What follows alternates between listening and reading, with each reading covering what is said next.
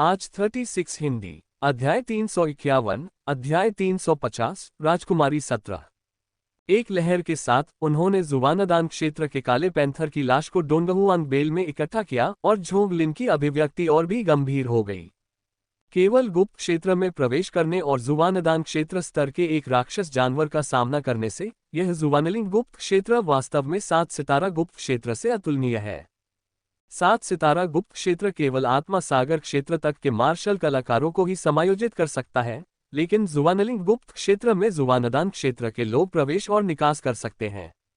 उनकी शक्ति का स्तर बस एक ही स्तर पर नहीं है। अंदर घुसते ही उसे जुबानदान क्षेत्र के राक्षसी जानवर की आभा का सामना करना पड़ा। अगर झोंग लिन की मजबूत नींव न होती तो वह वहीं मर सकता था। मुझे नहीं पता कि मैं सिर्फ बदकिस्मत हूं या हर जगह ऐसा ही होता है। जुबानलिंग गुप्त क्षेत्र का स्तर बहुत ऊंचा लगता है, जुबानदान क्षेत्र से नीचे के मार्शल आर्टिस्टों के लिए उपयुक्त नहीं है। मिस्टिक स्काईस्टिक के साथ लॉन्ग झाव ज्यादा से ज्यादा किसी आधे चरण वाले जुबानदान क्षेत्र विशेषज्ञ से ही मुकाबला कर सकता है। चाहे गुप्त क्षेत्र में राक्षस जानवरों का सामना हो या दूसरे योद्धाओं का, मौत का खतरा हमेशा बना रहता है। ये सोचकर झोंग लिन के दिल में एक टीस सी उठी।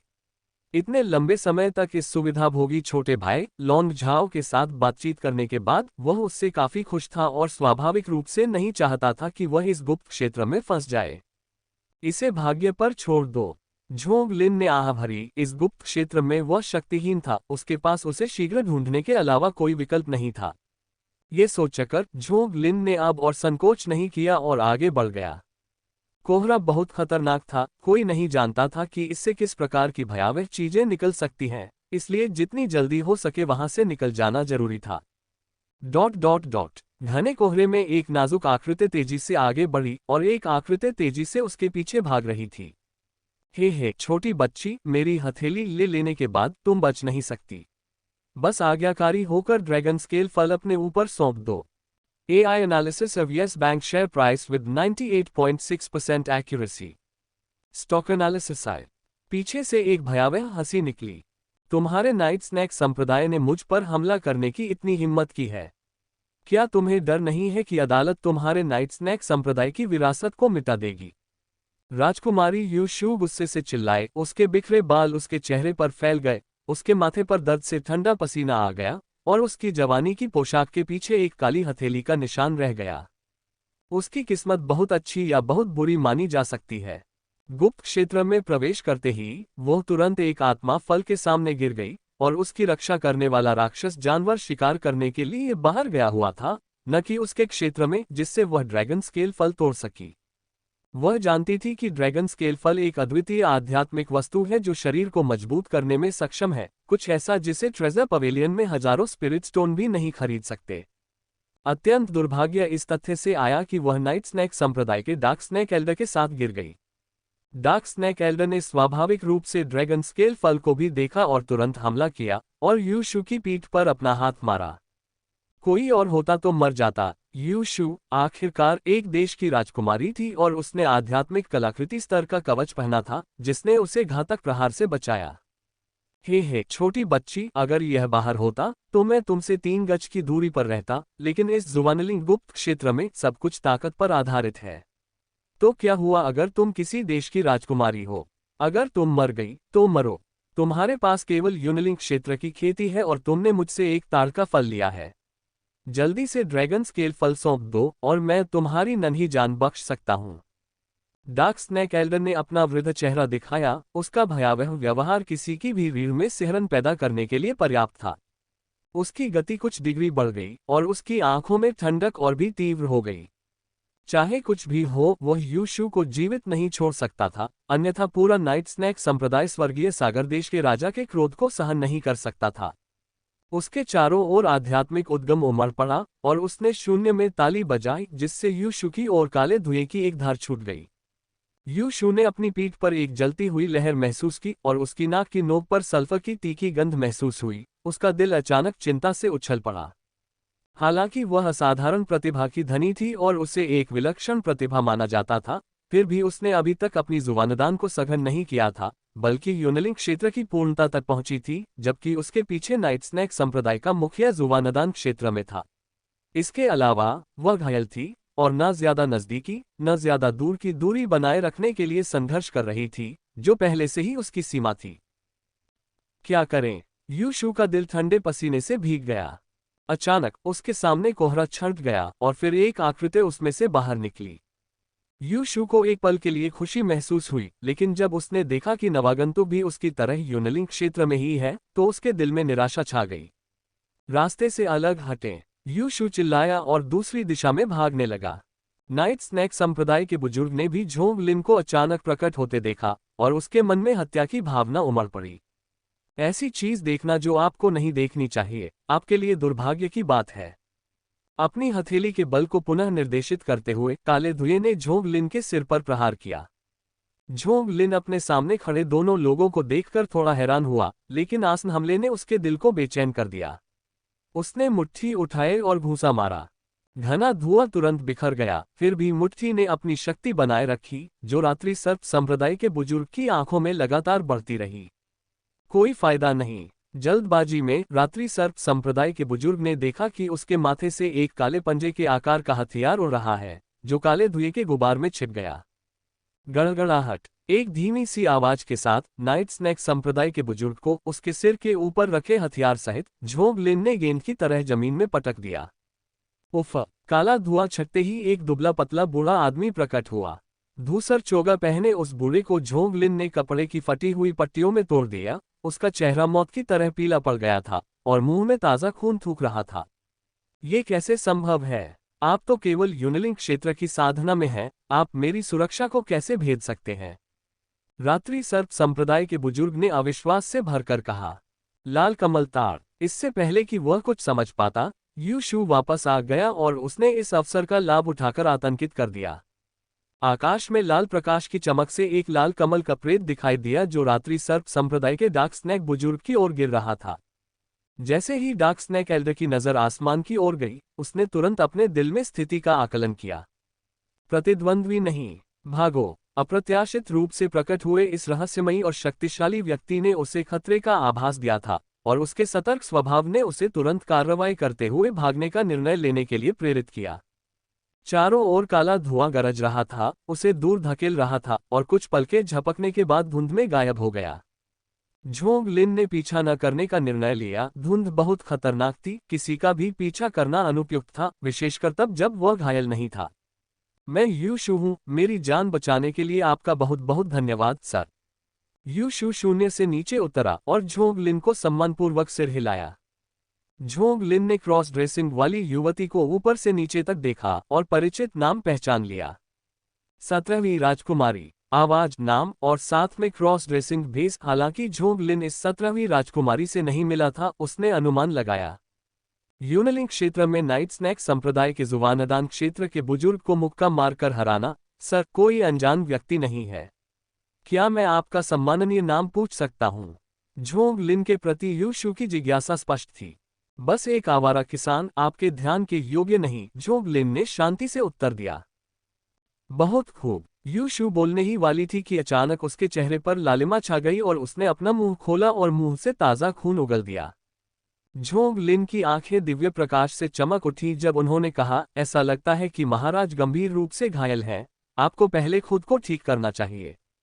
यू शू ने अपने शरीर का दर्द सहा और अपने कंगन से मुट्ठी भर फल निकाला। फल पूरी तरह से लाल रंग का था, जिस पर सांप के छोटे छोटे शल्क थे। यह एक ड्रैगन स्केल फल है। रात्रि सर्प संप्रदाय के बुजुर्ग ने इसी के कारण मुझ पर घात लगाकर हमला किया और मेरा पीछा किया। चूंकि तुमने मेरी जान बचाई है, इसलिए मैं तुम्हें यह वस्तु देने को तैयार हूं। मुझे आशा है कि तुम कुछ समय तक मेरी रक्षा कर सकोगे। झोंग लिन ने यू शू को गौर से देखा। उसने ड्रैगन स्केल फल को पहचान लिया। यह एक प्रकार की शारीरिक शुद्धि की आध्यात्मिक वस्तु थी। ऐसा कहा जाता था कि इस फल में ड्रैगन का रक्त होता है, जिसके सेवन से व्यक्ति का भौतिक शरीर बहुत अधिक सुदृढ़ हो जाता है। इसे इस प्रकार कहें तो, अगर लॉन्ग झाओ इस ड्रैगन स्केल फल का सेवन कर ले, तो वह अपने ड्रैगन हाथी स्वर्ण शरीर को सीधे पूर्णता की 8वीं परत तक पहुंचा सकता था। अगर 9वीं परत में शरीर को संयमित करने के लिए स्वर्ण क्यूई के अवशोषण की आवश्यकता न होती, तो ड्रैगन हाथी स्वर्ण शरीर की सीधे साधना करना भी असंभव होता। यू शू ने इस खजाने को प्राप्त करने के लिए अपनी जान जोखिम में डाल दी और वह इसे सीधे झोंग लिन को देने के लिए तैयार थी, जिससे वह उसे नई प्रशंसा के साथ देख सके। अच्छे से झोंग लिन ने हाथ बढ़ाया और इसे स्वीकार कर लिया। यू शू के चेहरे पर भी खुशी की झलक दिखी जब उसने एक अमृत निकाला और उसे निगल लिया, फिर पालथी मारकर बैठ गई और अपनी चोटों को ठीक करने लगी। एक राजकुमारी और राजा की सबसे प्यारी बेटी होने के नाते स्वाभाविक रूप से उसके पास किसी भी तरह की पवित्र औषधियों की कमी नहीं थी। बस नाइट स्नैक संप्रदाय के बुजुर्ग ने उसका इतना पीछा किया था कि उसे एक पल के लिए भी पालथी मारकर आराम करने का समय नहीं मिला। एक कप चाय के लिए लगने वाले समय में ही यू शू हरे धुएं से घिर गई और एक क्षण बाद उसने अपनी आंखें खोली। उसकी आत्मा पूरी तरह से बहाल हो गई। धन्यवाद महोदय। स्विगी शेयर मूल्य का 98.6% सटीकता के साथ AI विश्लेषण। स्टॉक एनालिसिस है। ये सिर्फ एक लेन देन है। चूंकि महाराज की चोटें ठीक हो गई हैं, तो चलिए यहीं से अलग हो जाते हैं। झोंग लिन उससे और अधिक उलझना नहीं चाहता था और जाने के लिए मुड़ गया। एक पल इंतजार करें। यू शू की आकृति चमक उठी और सीधे झोंग लिन का रास्ता अवरुद्ध हो गया। मैंने देखा है कि आपने यूनलिंग साधना में पहले ही सिद्धि प्राप्त कर ली है। मुझे लगता है कि इस बार आपने स्वर्ण मूलफल के लिए जुवानलिंग गुप्त क्षेत्र में प्रवेश किया है। क्यों न हम एक दूसरे के साथ चलें? मेरे पास मेरे पिता द्वारा दिया गया एक नक्शा है और आपके पास महान युद्ध शक्ति है। साथ मिलकर हमारे पास स्वर्ण सार फल प्राप्त करने की बेहतर संभावना हो सकती है। जुवानलिंग गुप्त क्षेत्र में कई खजाने वाली औषधियां हैं जो संघनन के दौरान जुवानदान की गुणवत्ता को बढ़ाने में मदद करती हैं। गोल्डन ओरिजिन फल उनमें से एक है और यह सर्वोच्च श्रेणी की औषधियों में से एक है। इसकी मदद से सबसे खराब स्थिति में भी जुवानदान को मध्य तृतीय श्रेणी में संघनित किया जा सकता है। अगर इसे गोल्डन ओरिजिन गोली को परिष्कृत करने के लिए मुख्य घटक के रूप में इस्तेमाल किया जाए, तो तृतीय श्रेणी के जुवानदान को भी सर्वोच्च श्रेणी में संघनित करने का मौका मिल सकता है। केवल तीसरी कक्षा। झोंग लिन ने थोड़ा भौहें चढ़ाईं। गोल्डन ओरिजिन फ्रूट भी थर्ड ग्रेड जुवानदान को गाढ़ा करने में ही मदद कर सकता था। थर्ड ग्रेड भले ही टॉप ग्रेड में आता हो, लेकिन फिर भी उसे थोड़ी निराशा हुई। यू शू ने इस टिप्पणी पर आंखें घुमाईं और असहाय भाव से कहा, केवल तृतीय श्रेणी? क्या आपको पता भी है कि तृतीय श्रेणी शीर्ष श्रेणी के जुवानदान में आती है? क्या आप द्वितीय श्रेणी के जुवानदान या कुछ और की उम्मीद कर रहे थे? क्यों नहीं? क्या तुम सचमुच सोचते हो कि द्वितीय श्रेणी का जुवानदान चीनी गोभी जैसा है? केवल सच्चे विलक्षण लोगों में ही ऐसे जुवानदान को संघनित करने की क्षमता होती है। जो लोग द्वितीय श्रेणी के जुवानदान को संघनित कर सकते हैं, वे स्वर्ग के चुने हुए लोग हैं जो पवित्र भूमि में भी सच्चे शिष्य बनने में सक्षम हैं। झोंग लिन के दिल में एक झटका सा लगा। उसे अंदाजा नहीं था कि तीसरी और दूसरी कक्षा के जुवानदान का इतना गहरा महत्व है। यहाँ तक कि लोंग झाओ को भी यह बात पता नहीं थी, क्योंकि वह समुद्र दमनकारी संप्रदाय में उसके विनाश से ठीक पहले शामिल हुआ था और बहुत सी गोपनीय जानकारियां थीं जिनसे वह अनजान था। महामहिम, क्या मैं पूछ सकता हूं कि पवित्र भूमि का एक सच्चा शिष्य किस स्तर तक पहुंच सकता है यदि वह गिरे नहीं? झोंग लिन ने उत्सुकता से पूछा। उसने बस यही सुना था कि पवित्र भूमि शक्तिशाली है, लेकिन ये कितनी शक्तिशाली है, ये जानने की जिज्ञासा हमेशा से उसकी जिज्ञासा जगाती रही थी। अब यू शू के शब्दों से उसे समझ में आया कि केवल वही लोग पवित्र भूमि के सच्चे शिष्य बनने के योग्य हैं जो द्वितीय श्रेणी के जुवानदान को संघनित कर सकें। इससे झोंग लिन पवित्र भूमि के शिष्यों की शक्ति के बारे में बहुत उत्सुक हो गया। यू शू ने एक क्षण विचार किया और कहा, पवित्र भूमि के विभिन्न सच्चे शिष्यों की क्षमताएं अलग अलग होती हैं। लेकिन स्वर्गीय तलवार पवित्र भूमि के सच्चे शिष्यों की बात करें तो उनके भावी सच्चे शिष्य, यदि वे बीच में ही नहीं गिरते, तो उनके जीवन और मृत्यु के क्षेत्र में प्रवेश करने की लगभग गारंटी होती है और उनके पास निर्वाण क्षेत्र में आगे बढ़ने का एक महत्वपूर्ण अवसर होता है। जहां तक स्वर्गीय तलवार पवित्र भूमि के सच्चे शिष्यों का प्रश्न है, यदि वे समय से पहले ही पतन नहीं करते, तो वे निश्चित रूप से निर्वाण क्षेत्र में प्रवेश करेंगे और सभी में राजा बनने की क्षमता है। हालांकि ये केवल संभावना है, वे राजा बनेंगे या नहीं, यह अनिश्चित है। इन शब्दों ने झोंग लिन के दिल को उथल पुथल कर दिया और वह यू शू द्वारा कही गई बात पर विचार करने लगा। जीवन और मृत्यु, निर्वाण, राजा, जन्म के बाद, जन्मजात, आध्यात्मिक उत्पत्ति, पारलौकिक, जुवानदान, ये नौयांग, जीवन और मृत्यु। इस प्रकार जीवन और मृत्यु क्षेत्र के बाद के क्षेत्र हैं निर्वाण क्षेत्र, राजा क्षेत्र। इससे वंशानुक्रम की कमी का दोष पता चलता है, यहाँ तक कि बुनियादी जानकारी भी अज्ञात रहती है। राजा राज्य क्या है? झोंग लिन ने उत्सुकता से पूछा। मुझे नहीं पता, ऐसी आकृतियां मेरे ज्ञान से परे हैं। हालांकि मैंने अपने पिता से सुना है कि ऐसे सर्वोच्च प्राणी अजेय होते हैं, जहां उनका क्षेत्र आत्मनिर्भर होता है, जहां देवताओं के समान दिव्य साम्राज्य अवतरित होते हैं। यूशु की आंखें उत्साह से भरी थीं और उसका चेहरा लालसा से भरा था। आपने अभी बताया कि जो लोग द्वितीय श्रेणी के जुबानदान को संघनित करते हैं, उनमें राजा बनने की क्षमता होती है। क्या इसका मतलब यह है कि प्रथम श्रेणी के जुबानदान पवित्र भूमि के संत उत्तराधिकारियों की तरह हैं, जिन्हें राजक्षेत्र में प्रवेश करना तय है? झोंग लिन ने पूछा। ऐसा कैसे हो सकता है? मेरे पिता ने मुझे बताया था कि राजक्षेत्र एक विशाल जलविभाजक है। पवित्र भूमि का एक संत उत्तराधिकारी भी जरूरी नहीं कि प्रथम श्रेणी के जुबानदान को संघनित कर सके, और अगर वे ऐसा करते भी हैं, तो वे ये दावा नहीं कर सकते कि वे निश्चित रूप से राजक्षेत्र में प्रवेश करेंगे। अंततः जुबानदान क्षेत्र तो बस एक क्षेत्र है। जुबानदान की गुणवत्ता महत्वपूर्ण है, लेकिन ये किसी विलक्षण प्रतिभा की क्षमता का पूर्ण मापदंड नहीं है। इसके अलावा इस दुनिया में कई पवित्र भूमियां हैं, और उनसे भी ज्यादा संत उत्तराधिकारी हैं। हर पवित्र भूमि समय समय पर नए संत उत्तराधिकारी पैदा करती है। फिर भी पूरे किंगयुआन विश्व को देखते हुए एक सहस्राब्दी में भी कोई राजा क्षेत्र विशेषज्ञ उभर कर नहीं आ सकता, जो दर्शाता है कि यह कितना कठिन है।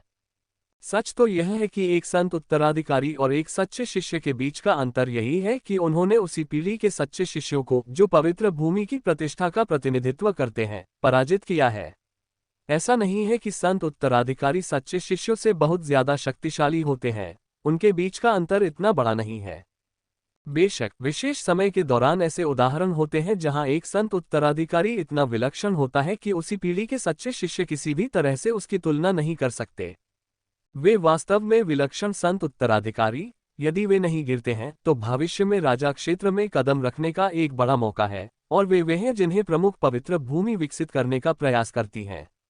यूशु ने एक साथ बहुत कुछ कहा, और इस लंबी चर्चा को सुनने के बाद झोंग लिन मदद नहीं कर सका, लेकिन थोड़ा निराश महसूस किया और चुप हो गया। उसके हृदय में एक समय जो महत्वाकांक्षाएं प्रबल थीं, वे कुछ हद तक डगमगा गई थीं। झोंग लिन जुवान गुई महाद्वीप से लोकसिंह द्वीप समूह, फिर न्यू मून द्वीप और अब स्वर्गीय सागर क्षेत्र तक की यात्रा कर चुका था। अब वह पहले जैसा भोला भाला युवक नहीं रहा था। वह समझता था कि मार्शल आर्ट में किसी के विकास में एक गुट कितनी मदद कर सकता है।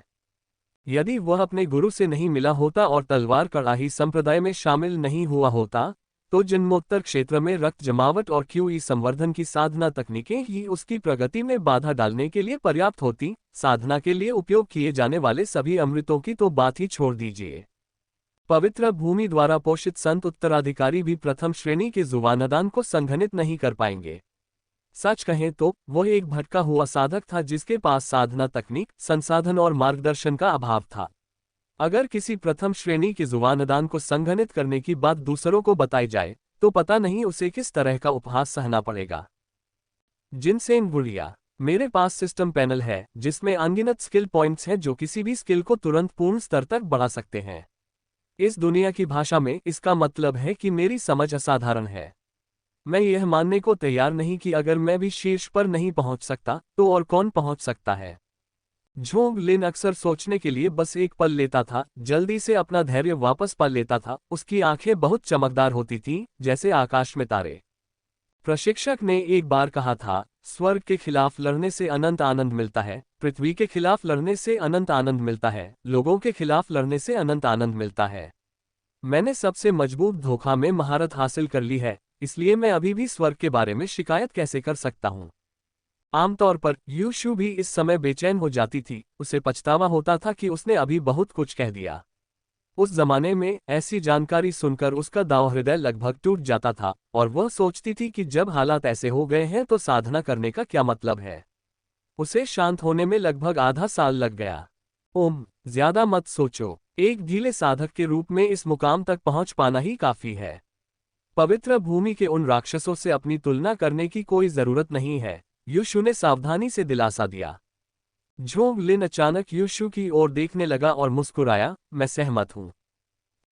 मेरा नाम झोंग लिन है और मैं गोल्डन ओरिजिन फल की खोज में आपके साथ सहयोग करने को तैयार हूँ।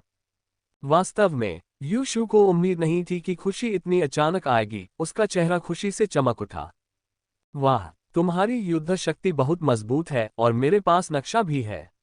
अगर हम दोनों मिल जाएं तो ये स्वर्ग में बनी जोड़ी होगी। गोल्डन ओरिजिन फल जरूर हमारी मुट्ठी में होगा। चलो पहले इस धुंधले इलाके से बाहर निकलो। यू शू कोहरे के बाहर से अंदर आई थी। हालांकि थोड़ी घबराई हुई थी, फिर भी वह अपना रास्ता वापस लेने में सक्षम थी।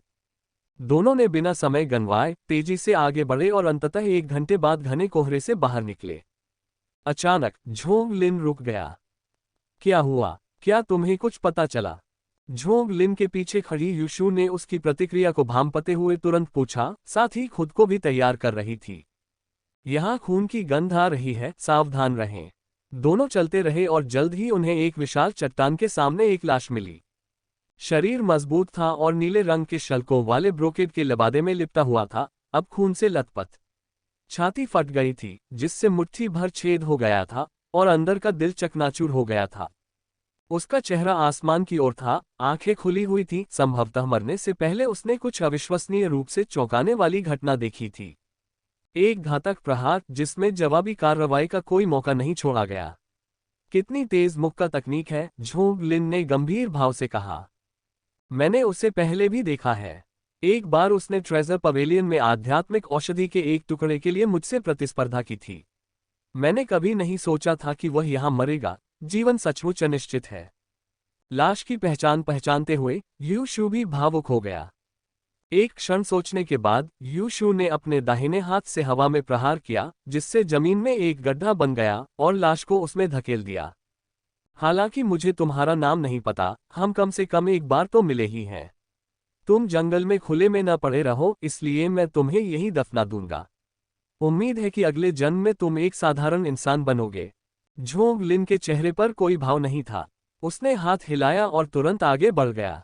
गुप्त लोक में सबसे आम बात थी हत्या, या तो तुम मरो या मैं मरूं। लाशें आम थीं, जिनकी आदत तो बहुत पहले से थी। अब किस दिशा में? झोंग लिन ने पूछा। दक्षिण पूर्व। पिताजी ने मुझे जो नक्शा दिया था उससे पता चलता है कि वहां एक औषधि उद्यान है जिसमें स्वर्ण मूल गोली को परिष्कृत करने के लिए कई सहायक जड़ी बूटियां हैं। चल दर। दोनों हवा में नहीं उड़े, बल्कि पहाड़ों और जंगलों को तेजी से पार करने के लिए प्रकाश शरीर गुप्त विधि का इस्तेमाल किया। गुप्त क्षेत्र बहुत खतरनाक था। हालांकि आसमान से दूर दूर तक नजारा दिखाई देता था, लेकिन यह एक आसान निशाना भी था। खास तौर पर झोंग लिन ने अभी अभी कई आकाश अंधकार करने वाली परछाइयों को गुजरते देखा था, जिनकी भयावह आभा से उसकी रीढ़ में सिहरन दौड़ गई थी। उनकी यात्रा शांतिपूर्ण नहीं थी। रास्ते में उन्हें कभी कभी कुछ क्षत विक्षत शव दिखाई देते थे और कुछ राक्षस जानवरों ने उनका रास्ता रोका, लेकिन उन दोनों ने उन सभी को मार डाला। इस समय झोंग लिन को यह जानकर आश्चर्य हुआ कि यू शू का जीवन बाध्य हथियार वास्तव में एक बैंगनी उड़ने वाला पत्थर था, जो दर्शाता है कि यह महिला छिपे हुए हथियारों के साथ खेलती थी। ...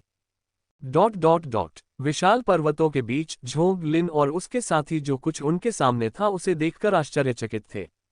बिल्व फूल, आध्यात्मिक मूल बांस, कछुआ आत्मा फल, स्वर्गीय घास... यू शू हवा की तरह आगे बढ़ा और एक एक करके इन दुर्लभ फूलों और पौधों के नाम पुकारने लगा। पहले के बेजान धुंध भरे इलाके के बिल्कुल विपरीत पहाड़ों का ये विस्तार सघन आदिम ख्यूई से भरा हुआ था। अनगिनत दुर्लभ फूल और जड़ी बूटियां, जिन्हें बाहरी दुनिया में पाना लगभग असंभव था, एक एक करके यहाँ प्रकट हुई।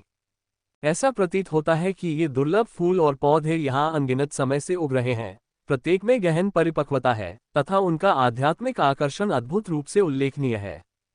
हे भगवान, ये सभी कीमिया के लिए बेहतरीन सामग्रियां हैं, कुछ तो 7वीं श्रेणी और यहाँ तक कि 8वीं श्रेणी के अमृतों को परिष्कृत करने के लिए भी मुख्य सामग्री है।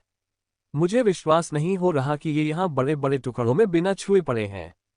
यू शू की तुलना में झोंग लिन और भी अधिक उत्साहित महसूस कर रहा था, क्योंकि वह एक गोली मास्टर था जो इन आध्यात्मिक जड़ी बूटियों और दवाओं के मूल्य को किसी और से अधिक जानता था।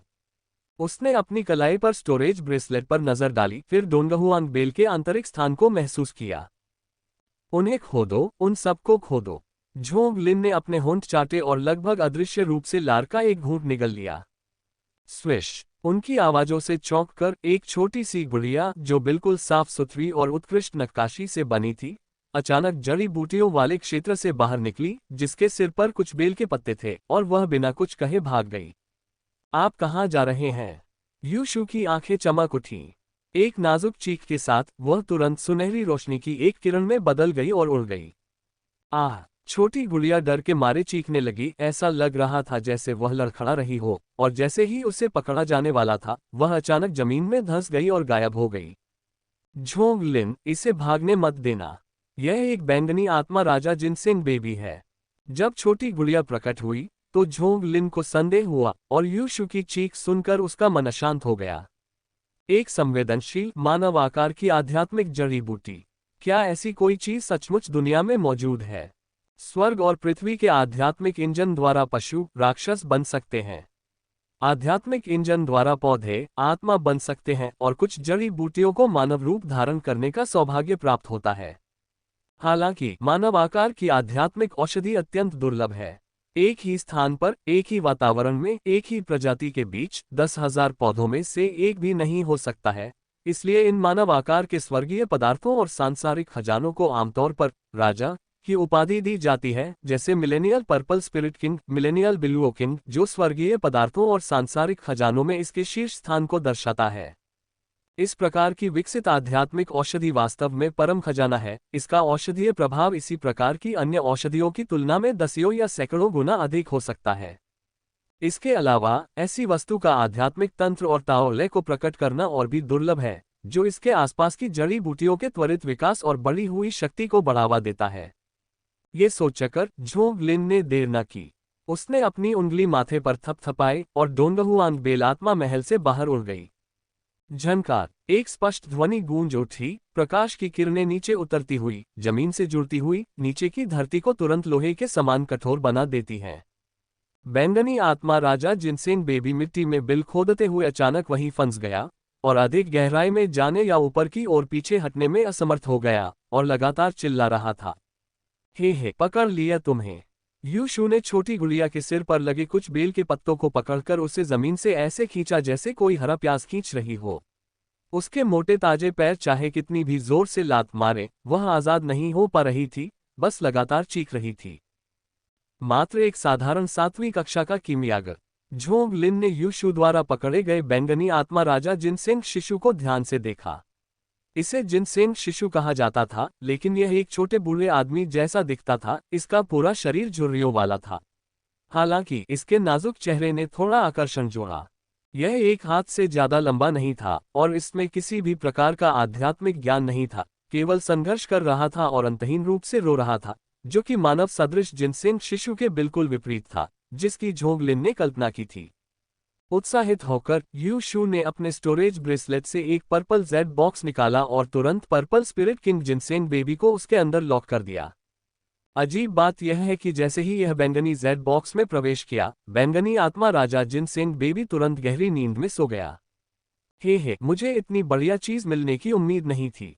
झोंग लिन, हालांकि पर्पल स्पिरिट जिनसेंग एक साधारण आध्यात्मिक औषधि है और purple spirit king ginseng baby बनने पर भी इसकी क्षमता दोगुनी हो जाती है, फिर भी कई आध्यात्मिक औषधियां इसकी जगह ले सकती हैं।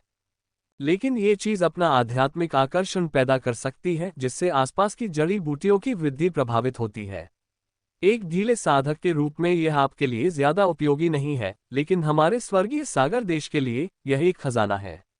मुझे ये चाहिए, और जब हम वापस आएंगे तो मैं आपको जो भी चाहिए वह दे दूंगा, यू शू ने समझाया। झोंग लिन ने सिर हिलाते हुए कहा, ठीक है, लेकिन मैं औषधि उद्यान में जड़ी बूटियों का एक बड़ा हिस्सा चाहता हूँ। जरूर जरूर, यू शू ने सहमति जताते हुए राहत महसूस की। उसकी आंखें मुस्कुराहट के साथ अर्धचंद्राकार हो गईं। बड़ा हिस्सा देने की बात तो दूर, वह तो सब कुछ झोंग लिन को दे देती। कुछ लोगों के लिए बैंगनी आत्मा राजा जिनसेंग बेबी महज एक अधिक प्रभावी जिनसेंग है, लेकिन यदि स्वर्गीय सागर देश के शाही परिवार द्वारा प्राप्त किया जाए तो ये बहुत बड़ी भूमिका निभा सकता है। एक विचार के साथ झोंग लिन ने डोंगहुआन बेल को शून्य में उड़ा दिया, और वह हवा में पहुंच गया, जहां उसकी आध्यात्मिक उत्पत्ति एक विशाल हाथ में बदल गई, जिसने आध्यात्मिक फूलों और विदेशी घासों के एक विशाल समूह को उखाड़ दिया और उन्हें सीधे डोंगहुआन बेल में फेंक दिया। यू शू ने भी ऊपर डोंगहुआन घंटी को देखते हुए आश्चर्य से कहा, आपका उपनाम झोंग है और आपने अपने जीवन रक्षक हथियार को भी इतनी जबरदस्त शक्ति के साथ घंटी के आकार में ढाला है। बोलते हुए यू शू भी विनम्र नहीं थी, उसने आत्मा घास को इकट्ठा करने के लिए अपने स्वयं के तरीकों का उपयोग किया और इसे अपने भंडारण कंगन में फेंक दिया। AI एनालिसिस ऑफ हाल share price with 98.6% accuracy. PPS stock. Zhong Lin ने केवल एक नज़र डाली और फिर अपनी नज़रें हटा ली तथा पहाड़ों से आध्यात्मिक फूल और विदेशी घास इकट्ठा करने पर पूरी तरह ध्यान केंद्रित किया। आध्यात्मिक फूलों और विदेशी घासों की लहरें एक के बाद एक धाराएं बनाती हुई दोनों के हाथों में प्रवेश कर गईं तथा अपने पीछे केवल खाली स्थान छोड़ गईं। जैसे जैसे वे आगे बढ़ते गए, अनजाने में ही पहाड़ों की गहराई में चले गए। जैसे जैसे वे गहरे गए, जड़ी बूटियां कम होती गईं, जड़ी बूटियों का कोई बड़ा विस्तार नहीं दिखा, हालांकि जड़ी बूटियों की गुणवत्ता में लगातार सुधार होता गया। वाह! आत्मा वापसी घास ये नौक्रांति जीवन और मृत्यु की गोली को परिष्कृत करने के लिए प्राथमिक सामग्री है, जो एक 7वीं श्रेणी का अमृत है। ये हिडन सोल फ्लावर है, जो 8वीं श्रेणी के मिस्टिक स्काई सोल कंडेंसिंग पिल को परिष्कृत करने के लिए 3 मुख्य सहायक सामग्रियों में से एक है। ये स्वर्गीय अमर रेत है, जिसका उपयोग 8वीं श्रेणी के स्वर्गीय राजा हृदय अनुपूरक गोली को परिष्कृत करने के लिए किया जा सकता है। इसका केवल एक दाना सबसे गंभीर चोटों को भी ठीक कर सकता है। यू शू की आंखें मछली को खोजने वाली बिल्ली की तरह चमक रही थीं, वह आध्यात्मिक घास इकट्ठा करते हुए उन जड़ी बूटियों से प्राप्त होने वाले अमृतों का पाठ कर रही थी। क्या आप एक गोली मास्टर हैं? झोंग लिन थोड़ा जिज्ञासु लग रहा था। उसने यू शू से किसी भी तरह की आभा का अनुभव नहीं किया था जो एक कीमियागर को मिलनी चाहिए, फिर भी उसके ज्ञान ने उसे हैरान कर दिया। नहीं, लेकिन हमारे शाही परिवार का एक संरक्षक है जो 8वीं कक्षा का कीमियागर है, जिसे मेरे पिता ने आमंत्रित किया है। हालांकि मुझमें कीमियागिरी की प्रतिभा नहीं है, फिर भी मैं विभिन्न आध्यात्मिक जड़ी बूटियों और अमृतों के बारे में सब कुछ जानता हूँ। झोंग लिन, जब तुम ये आध्यात्मिक औषधियाँ इकट्ठा कर लोगे तो तुम उन्हें आत्मा रत्नों के बदले में दे सकते हो। तो फिर इन्हें मुझे क्यों नहीं बेच देते? निश्चिंत रहो, तुम्हें कोई नुकसान नहीं होगा। यू शू ने उदारतापूर्वक बोलते हुए उसकी छाती थपथपाई। कोई जरूरत नहीं, मैं कीमिया कर सकता हूँ, झोंग लिन ने सहजता से उत्तर दिया। यू शू की आंखें चौड़ी हो गईं, आप एक पिल मास्टर हैं। कौन से ग्रेड के? मैं तो बस एक साधारण 7वीं कक्षा का छात्र हूँ, झोंग लिन ने उत्तर दिया। आध्यात्मिक जड़ी बूटियां इकट्ठा करने में व्यस्त यू शू का हाथ अचानक रुक गया, उसे ऐसा महसूस हुआ जैसे उसके भीतर कुछ टूट गया हो। सेव, 7वीं कक्षा, तुम मुझे बेवकूफ तो नहीं बना रहे हो, है ना? अगर मैं तुम्हें बेवकूफ बना रहा होता, तो क्या तुम मुझे अपने द्वारा एकत्रित आध्यात्मिक जड़ी बूटियां देते? नहीं, तो फिर मैं तुम्हें धोखा क्यों दूं? कोई फायदा नहीं है। क्या तुम सचमुच 7वीं कक्षा के कीमियागर हो? यू शू की आवाज कुछ ऊंची हो गई। हाँ, हा, शानदार शानदार, यू शू उत्साह से चिल्लाया। झोंग लिन, यहाँ की सभी आध्यात्मिक दवाइयाँ तुम्हारे लिए छोड़ देता हूँ। मुझे बस उम्मीद है कि तुम मुझे गोल्डन ओरिजिन पिल्स के एक बैच को परिष्कृत करने में मदद कर सकते हो। कैसा रहेगा? झोंग लिन ने भौहें चढ़ाईं, क्या आपके शाही परिवार में 8वीं कक्षा का कीमियागर नहीं रहता? आप मुझसे मदद क्यों चाहते हैं? मैं इस गुप्त क्षेत्र में शोधन की बात कर रहा हूँ। स्वर्ण मूल फल बहुत कीमती है और कोई नहीं जानता कि बीच में क्या दुर्घटनाएं घट जाएं, इसलिए इसका तुरंत उपयोग किया जाना चाहिए। मैं तो इससे सीधे निगलने के बारे में भी सोच रहा था, लेकिन मुझे उम्मीद नहीं थी कि तुम 7वीं कक्षा के कीमियागर होगे। मेरे पास अमृत का नुस्खा है और स्वर्ण मूल फल को अमृत में परिष्कृत करने से इसकी प्रभावशीलता अधिकतम हो सकती है, जिससे मुझे निचली तीसरी कक्षा के जुबानदान तक पहुंचने में मदद मिलेगी। कैसा रहेगा? मैं गोल्डन ओरिजिन पिल को परिष्कृत करने के लिए आध्यात्मिक जड़ी बूटियों के 3 सेट लाया हूं, बस एक गोल्डन ओरिजिन फल कम है। और चाहे कितनी भी गोल्डन ओरिजिन पिल परिष्कृत हो, मुझे सिर्फ एक ही जरूरत है, बाकी सब आपकी हैं। यू शू ने उत्सुकता से झोंग लिन की ओर देखा, उसे डर था कि वह मना कर देगा। झोंग लिन ने एक पल सोचा और सिर हिलाया, ठीक है। बहुत बढ़िया, चलो अब गोल्डन ओरिजिन फल ढूंढते हैं, यू शू ने झोंग लिन को दूर खींचने की कोशिश करते हुए कहा। जल्दी मत करो, पहले इस औषधि उद्यान की खुदाई पूरी कर लें। ठीक है, ठीक है। साहस पाकर यू शू ने और भी तेजी से खुदाई शुरू कर दी, उसकी गति कई गुना बढ़ गई। गर्जन, अचानक दूर घाटी से एक भयानक दहाड़ गूंजी, जो एक हिंसक प्रचंड आभा से भरी हुई थी। पूरी घाटी उस ध्वनि से कांप उठी। अच्छा नहीं, ये औषधि उद्यान की रखवाली करने वाला राक्षस जानवर ही होगा जो वापस आ गया है। मैं सोच रहा था कि ऐसी आध्यात्मिक भूमि पर कोई भयंकर जानवर क्यों नहीं रखवाली कर रहा है। यह जरूर पहले ही चला गया होगा, यूशु ने आश्चर्य से कहा। जैसे ही उसने बोलना समाप्त किया, एक भयानक आभा तूफान की तरह तेजी से उनके स्थान की ओर बढ़ी। गड़गड़ाहट गड़गड़ाहट, जमीन तेजी से कांपने लगी, यहां तक कि झोंग लिन की अभिव्यक्ति भी बदल गई। अगले ही क्षण पंख फैलाए एक लाल राक्षस अचानक सामने प्रकट हुआ, जिससे तूफान जैसी भयंकर आभा फैल रही थी। सावधान रहें, यह एक दानव पशु पंख वाला बैल है, जिसकी शक्ति मध्यम या यहां तक कि अंतिम चरण के जुबानदान क्षेत्र के मार्शल कलाकारों के बराबर है। जानवर को देखकर यूशु का चेहरा पूरी तरह बदल गया और उसके दिल में डर की भावना उमड़ पड़ी। झोंग लिन ने जल्दी से अपने दिमाग में राक्षसी पंख वाले बैल के बारे में जानकारी खोजी। ये हेजहॉग जैसे बालों और लंबे पंखों वाला एक बैल जैसा दिखता था। यह एक बैल जैसा दिखता था, इसके शरीर का फर स्टील की सुइयों जैसा था और इसमें कुछ पल के लिए ग्लाइडिंग और उड़ान के लिए दो पंख थे। ये बेहद शक्तिशाली था और इसकी रक्षा क्षमता अद्वितीय थी। इसकी ताकत की तुलना स्वर्गीय जुबानदान क्षेत्र के मार्शल कलाकारों से भी की जा सकती थी। ये देखकर कि उसका औषधि क्षेत्र पूरी तरह से गंदगी में बदल गया है, जिसमें एक भी आध्यात्मिक जड़ी बूटी नहीं बची है, दानव पशु पंख वाले बैल की आंखें रक्त लाल हो गईं और उसकी हिंसक आभा आसमान तक बढ़ गई। झोंग लिन ने अपने दाहिने हाथ से शून्य में हाथ बढ़ाया और उसकी हथेली में एक आत्मा तलवार प्रकट हुई, जबकि डोंगाहुआंग बेल उसके सिर के ऊपर तैर रही थी, जो दिव्य प्रकाश की हजारों किरणें उत्सर्जित कर रही थी। ऐसे राक्षस जानवर का सामना करने के लिए केवल मुंह के पर्याप्त नहीं थे, उसे अपने सबसे मजबूत तरीकों का उपयोग करना पड़ा। जल्दी से देखो, यूशु ने दूर की ओर इशारा करते हुए आश्चर्य से कहा। दानव जानवर पंखों वाला बैल, अरे नहीं, जल्दी देखो। यूशु ने दूर से चौंककर इशारा किया।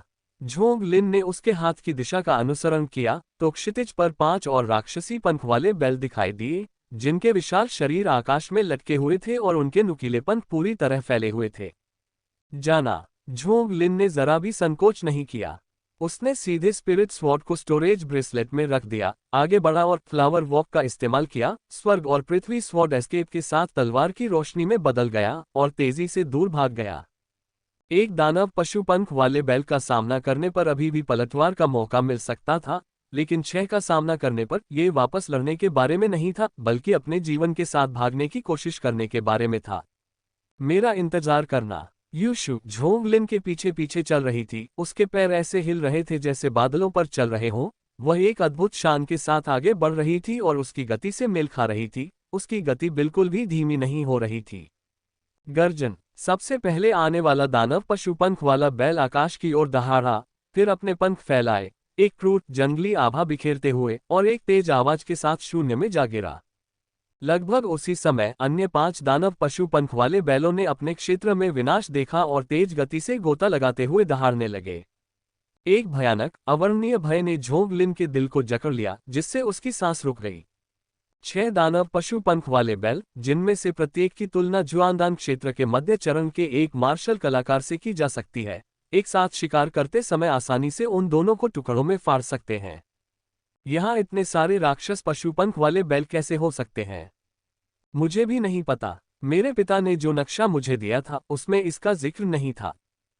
दोनों ने अपने आध्यात्मिक उद्गम को पूरी तरह से संचालित किया, रुकने का साहस नहीं किया, क्योंकि उन्हें डर था कि एक भी कदम धीमा होने का मतलब होगा टुकड़े टुकड़े हो जाना।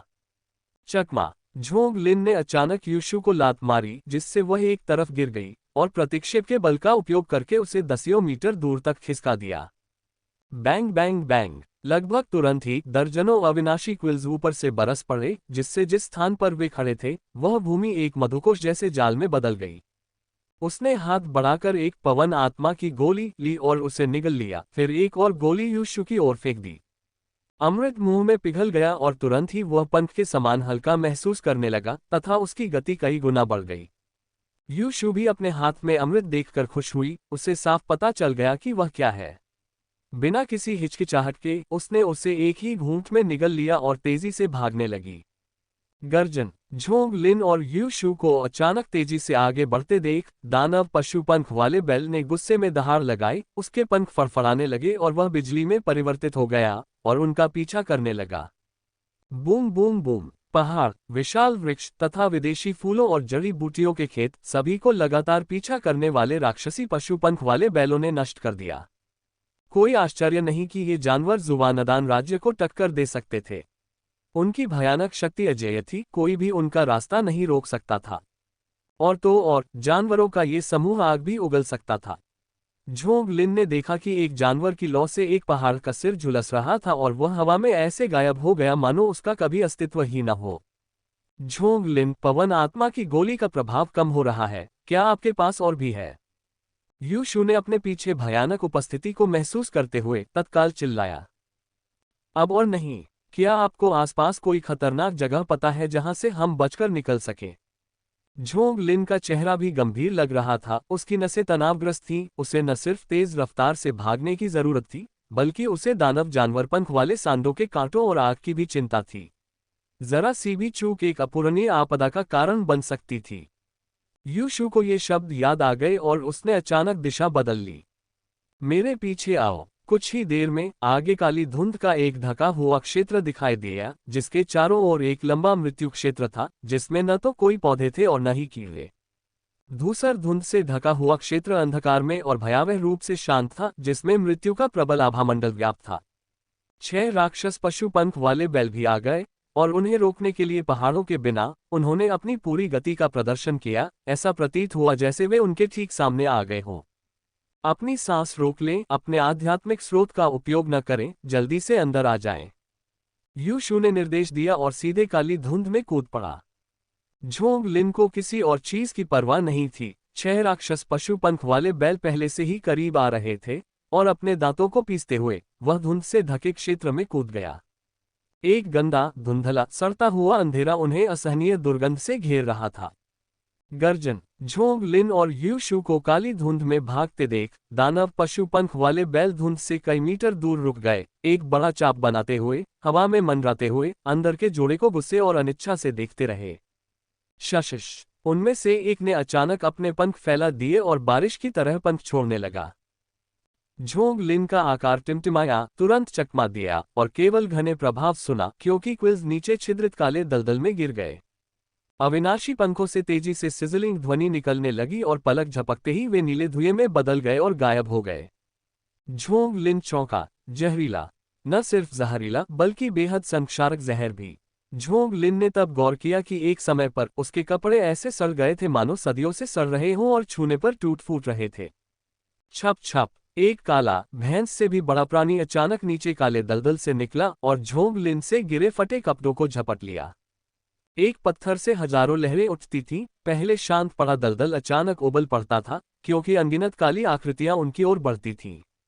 झोंग लिन ने स्पष्ट रूप से देखा, वे पानी की भैंस के आकार के विशाल काले जहरीले बिच्छू, चक्की के पत्थर जैसी काली जहरीली मकड़ियां और घर के आकार की काली जहरीली छिपकलियां थीं। साथ ही अनगिनत अन्य खतरनाक जहरीले जीव थे जो झोंग लिन को ज्ञात और अज्ञात थे। वे झुंड में और उफान पर नदी पार करती मछलियों की लहर की तरह फुफकारते और विषैले पंजों से काटते हुए आए। इस जहरीले जीवों की इस सेना को देखकर झोंग लिन ने तेजी से सांस ली, उसकी खोपड़ी में झुनझुनी हुई। अंततः उसे समझ में आया कि इस काले धुंध क्षेत्र में घास क्यों नहीं उगती। जल्दी आओ। यू शू ने अनजाने में एक काला गोला निकाल लिया था और उसे अपने सिर के ऊपर लटका लिया था। उस गोले से चूषण तरंगें निकल रही थीं, जो आसपास के जहरीले धुंध को सोख रही थीं और 3 फुट वर्गाकार एक संकरी जगह बना रही थीं। झोंग लिन ने बिना किसी हिचकिचाहट के जल्दी से अंदर कदम रखा। ये कौन सी जगह है?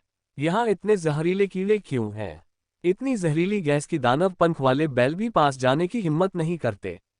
झोंग लिन ने चौंक कर कहा, पहले अपने कपड़े बदलो। यू शू ने अपना चेहरा दूसरी ओर कर लिया। ऐसा प्रतीत हुआ कि वह उदासीन थी, लेकिन करीब से देखने पर उसके कान लाल हो गए। झोंग लिन ने नीचे देखा, वह शर्म से लाल हो गया। उसके कपड़े पहले से ही चिथड़ों की तरह सड़ रहे थे, यहाँ तक कि उसके छिपे हुए अंग भी मुश्किल से ढके हुए थे। जल्दी से उसने स्टोरेज ब्रेसलेट से एक लंबा बागे निकाला और उसे अपने ऊपर डाल लिया। ये जगह जहर ड्रैगन तालाब है। चिंता मत करो, वे राक्षस जानवर पंख वाले बैल अंदर आने की हिम्मत नहीं करेंगे। थोड़ी देर आराम करो, अपने आध्यात्मिक मूल को पुनः प्राप्त करो, और फिर हम जाने का मौका ढूंढ लेंगे।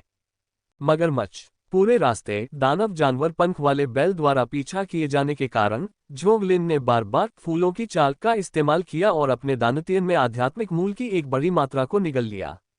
उस क्षण का लाभ उठाते हुए जब यीशु के सुरक्षात्मक मोती ने उन्हें ढाल दिया था, उसने जल्दी से एक सच्चा सार गोली निकाली और उसे निगल लिया, साथ ही एक गोली यीशु को भी दे दी। यहाँ मुझे इसकी आवश्यकता नहीं है, ये जहरीले जीव पुनर्पूर्ति के लिए ठीक रहेंगे। यीशु ने अपना दाहिना हाथ हवा में पटका और उसकी हथेली से एक ज्वलंत लाल कमल का प्रेत प्रकट हुआ, जो काले दलदल में भारी रूप से उतरा। तुरंत ही विषैले जीवों की चीखें निकलने लगीं, जिन्हें कुचलकर पेस्ट बना दिया गया और जबरदस्त चूषण बल द्वारा उसके सिर के ऊपर काले मोती में खींच लिया गया। यह जहर आत्मा मोती है, मेरे पिता द्वारा मुझे दिया गया एक खजाना, दुनिया की सबसे जहरीली चीज। कितना शुद्ध सार है। यीशु की आंखें चमक उठी जब उसने अपने शरीर में एक ठंडा चुभने वाला जहरीला सार प्रवाहित होते महसूस किया, जो एक संक्षिप्त परिसंचरण के बाद सीधे उसके आध्यात्मिक स्रोत में समा गया। उसका पहले से खाली हो चुका दानतीयन आत्मा सागर तुरंत भर गया। अपने हाथों को बिना रोके उसने तेजी से जहरीले जीवों को साफ किया और परिष्कृत किया, जिससे उसके शरीर में निरंतर सार की धारा प्रवेश कर गई और उसके भस्म हुए आध्यात्मिक मूल को पुनः प्राप्त किया। झोंगलिन ने यीशु के सिर के ऊपर रखे जहरीले आत्मा मोती को लालच से देखा। उसके पास भी एक जहरीला मोती था, लेकिन इस खजाने के सामने वह कुछ भी नहीं था। थोड़ी देर बाद यीशु रुक गई, अपने पैरों के नीचे अभी भी जहरीले कीड़ों की विशाल भीड़ को अफसोस के साथ देख रही थी, लेकिन उसका डेंटियन आध्यात्मिक स्रोत पहले से ही भरा हुआ था। कितनी अफसोस की बात है, ज्वानदान क्षेत्र में प्रवेश किए बिना शक्ति का विकास जारी नहीं रह सकता। चाहे मैं कितना भी सार ग्रहण कर लूं, इससे कोई मदद नहीं मिलेगी। एक कप में सिर्फ एक कप जितना ही पानी समा सकता है, जब उसमें ज्यादा पानी हो तो वह छलक जाता है। यह एक अटल नियम है, जब तक कि कोई व्यक्ति ड्रैगन एलिफेंट गोल्डन बॉडी जैसी भौतिक शरीर की गुप्त तकनीकों या अन्य गुप्त कलाओं का अभ्यास न करे जो दायरे को सीमित न करें, जैसे कि कागज के एक टुकड़े से कप के किनारे को ऊपर उठाकर उसमें थोड़ा और पानी समाहित करना। लेकिन ऐसी गुप्त तकनीकों का अभ्यास एक या दो ही काफी है, बहुत ज्यादा करने से सिर्फ समय की बर्बादी होगी। मार्शल आर्टिस्ट साधना में क्षेत्र का ज्यादा महत्व होता है, क्योंकि क्षेत्र ही जीवन है। जब जीवन समाप्त होता है तो चाहे शक्ति कितनी भी प्रबल क्यों न हो, पर्याप्त क्षेत्र समर्थन के बिना वह धूल में मिल जाती है। विलाप करने की कोई आवश्यकता नहीं है, क्या हम इस गुप्त क्षेत्र में इस क्षेत्र को तोड़ने के लिए नहीं आए हैं? झोंगलिन ने कहा, यह सच है, सार बहुत है, लेकिन मेरे जहरीले स्पिरिट पल की शक्ति बढ़ाने के लिए इस जहरीले धुंध को अभी भी इकट्ठा किया जा सकता है। भविष्य में जब मैं इसे अप्रत्याशित रूप से छोड़ दूंगा तो कोई भी मजबूत प्रतिद्वंद्वी जो अचानक पकड़ा जाएगा, उसे बहुत नुकसान होगा। यीशु की नजरें इधर उधर घूम गईं और उसने अपना ध्यान आसपास फैले घने जहर पर केंद्रित कर दिया। उसकी कलाई के एक झटके से जहर चारों तरफ से एक भंवर की तरह बह निकला और जहर आत्मा मोती में समा गया, जिससे पूरा मोती और भी गहरा हो गया। लगभग 1 घंटे तक यीशु लगातार हवा में फैली जहरीली धुंध को इकट्ठा करता रहा। फिर भी चाहे जहरीली आत्मा मोती ने कितना भी अवशोषित कर लिया हो, इस क्षेत्र में काली जहरीली धुंध अपरिवर्तित रही। इस दृश्य को देखकर झोंगलिन भी आश्चर्य से अवाक रह गया और बोला, इतनी समृद्ध जहरीली धुंध पाने के लिए कितने वर्षों का संचय करना पड़ा होगा। जुवानलिंग गुप्त क्षेत्र हर 300 साल में एक बार खुलता है। हमारे शाही पूर्वज ने इस क्षेत्र की खोज हजारों साल पहले की थी, इसलिए हो सकता है कि यह और भी लंबे समय से अस्तित्व में रहा हो। इतने सालों में कोई नहीं जानता कि कितना जहरीला कोहरा जमा हो गया है।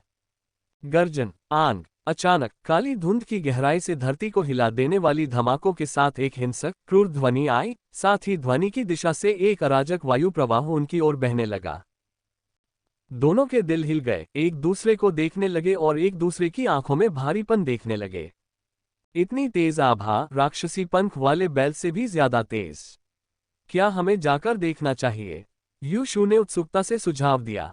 इस छोटी शाही राजकुमारी में जिज्ञासा की कभी कमी नहीं थी। खतरे से बचकर अब वह फिर से उसमें गोता लगाना चाहती थी। झोंगलिन ने एक क्षण विचार किया और कहा, गुप्त क्षेत्र में अवसर आमतौर पर खतरों के साथ आते हैं और इसके विपरीत भी। चलो दूर से देखते हैं और स्थिति का आकलन करते हैं।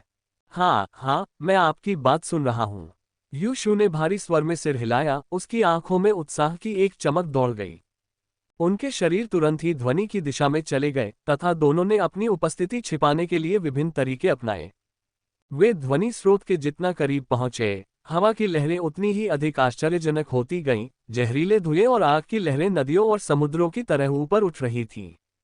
एक कोने में विष आत्मा मोती से छुपे हुए दोनों ने सामने देखा और प्रत्यक्ष रूप से दो विशालकाय जानवरों को धुंध में भयंकर गर्जना करते हुए काले दलदल में भयंकर रूप से लड़ते हुए देखा। क्या ये एक मगरमच्छ है? धुंध के बीच में दो विशालकाय जीवों को स्पष्ट रूप से देखने पर यूशु ने तुरंत बाईं ओर खड़े काले मगरमच्छ को पहचान लिया, जो 100 फीट तक फैला हुआ था और उसकी क्रूर निगाहें थीं। तथाकथित एलिगेटर एक मगरमच्छ है, केवल इसका आकार अविश्वसनीय रूप से बड़ा था, जो 100 फीट तक लंबा था। मगरमच्छ के साथ टकराव में एक काला विशालकाय सांप या यूं कहें कि उसके बराबर लंबाई का एक अजगर था। सांप पूरी तरह से काला था, 100 फीट तक फैला हुआ, घने शल्कों से ढका हुआ, भयंकर निगाहों वाला, दलदल में कुंडली मारे हुए, फुफकारता और दहाड़ता हुआ मगरमच्छ पर कड़ी नजर रख रहा था। हालांकि यह विशालकाय सांप बहुत खतरनाक था, लेकिन जिस मगरमच्छ का उसने सामना किया वह भी आसान शिकार नहीं था। उसका बड़ा मुंह खुला हुआ था, जिसके नुकीले दांत दिखाई दे रहे थे और पीली लार नीचे गिर रही थी। अविश्वसनीय रूप से जब पीली लार नीचे टपकी तो पहले से ही जहर से भरे दलदल से जंग लगने जैसी ध्वनि निकली। ये स्पष्ट था कि मगरमच्छ के मुंह से निकलने वाली लार कितनी भयानक रूप से जहरीली थी। विशालकाय सांप मगरमच्छ के मुंह में मौजूद विषैली लार से सावधान था, सीधे हमला करने की हिम्मत नहीं कर रहा था, केवल कभी कभी अपनी पूंछ से हमला कर रहा था। मगरमच्छ भी बहुत तेजी से प्रतिक्रिया करता था, अक्सर पंजे से मारता था, जब भी वह मारता तो धातु जैसी आवाज निकलती थी, जिससे सांप बार बार दर्द से चीखता था। ये दोनों राक्षस अपनी असाधारण प्रतिभा और अत्यंत शक्तिशाली शरीरों के साथ बाहर उनका पीछा कर रहे राक्षस पंख वाले बैल से भी अधिक शक्तिशाली थे। उनके प्रत्येक प्रहार का प्रभाव भयानक था और साधारण यूनेलिंग क्षेत्र के मार्शल कलाकार उनके पास जाने की हिम्मत नहीं कर सकते थे। जिन लोगों ने लिंग ताई साधना भी पूरी नहीं की थी, वे प्रचंड हवाओं से टुकड़े टुकड़े हो जाएंगे। इस समय झोंग लिन और उसके साथी ने अपनी उपस्थिति छुपा ली और अपने छोटे आकार के कारण दो जहरीले जीवों ने अभी तक उन पर ध्यान नहीं दिया था।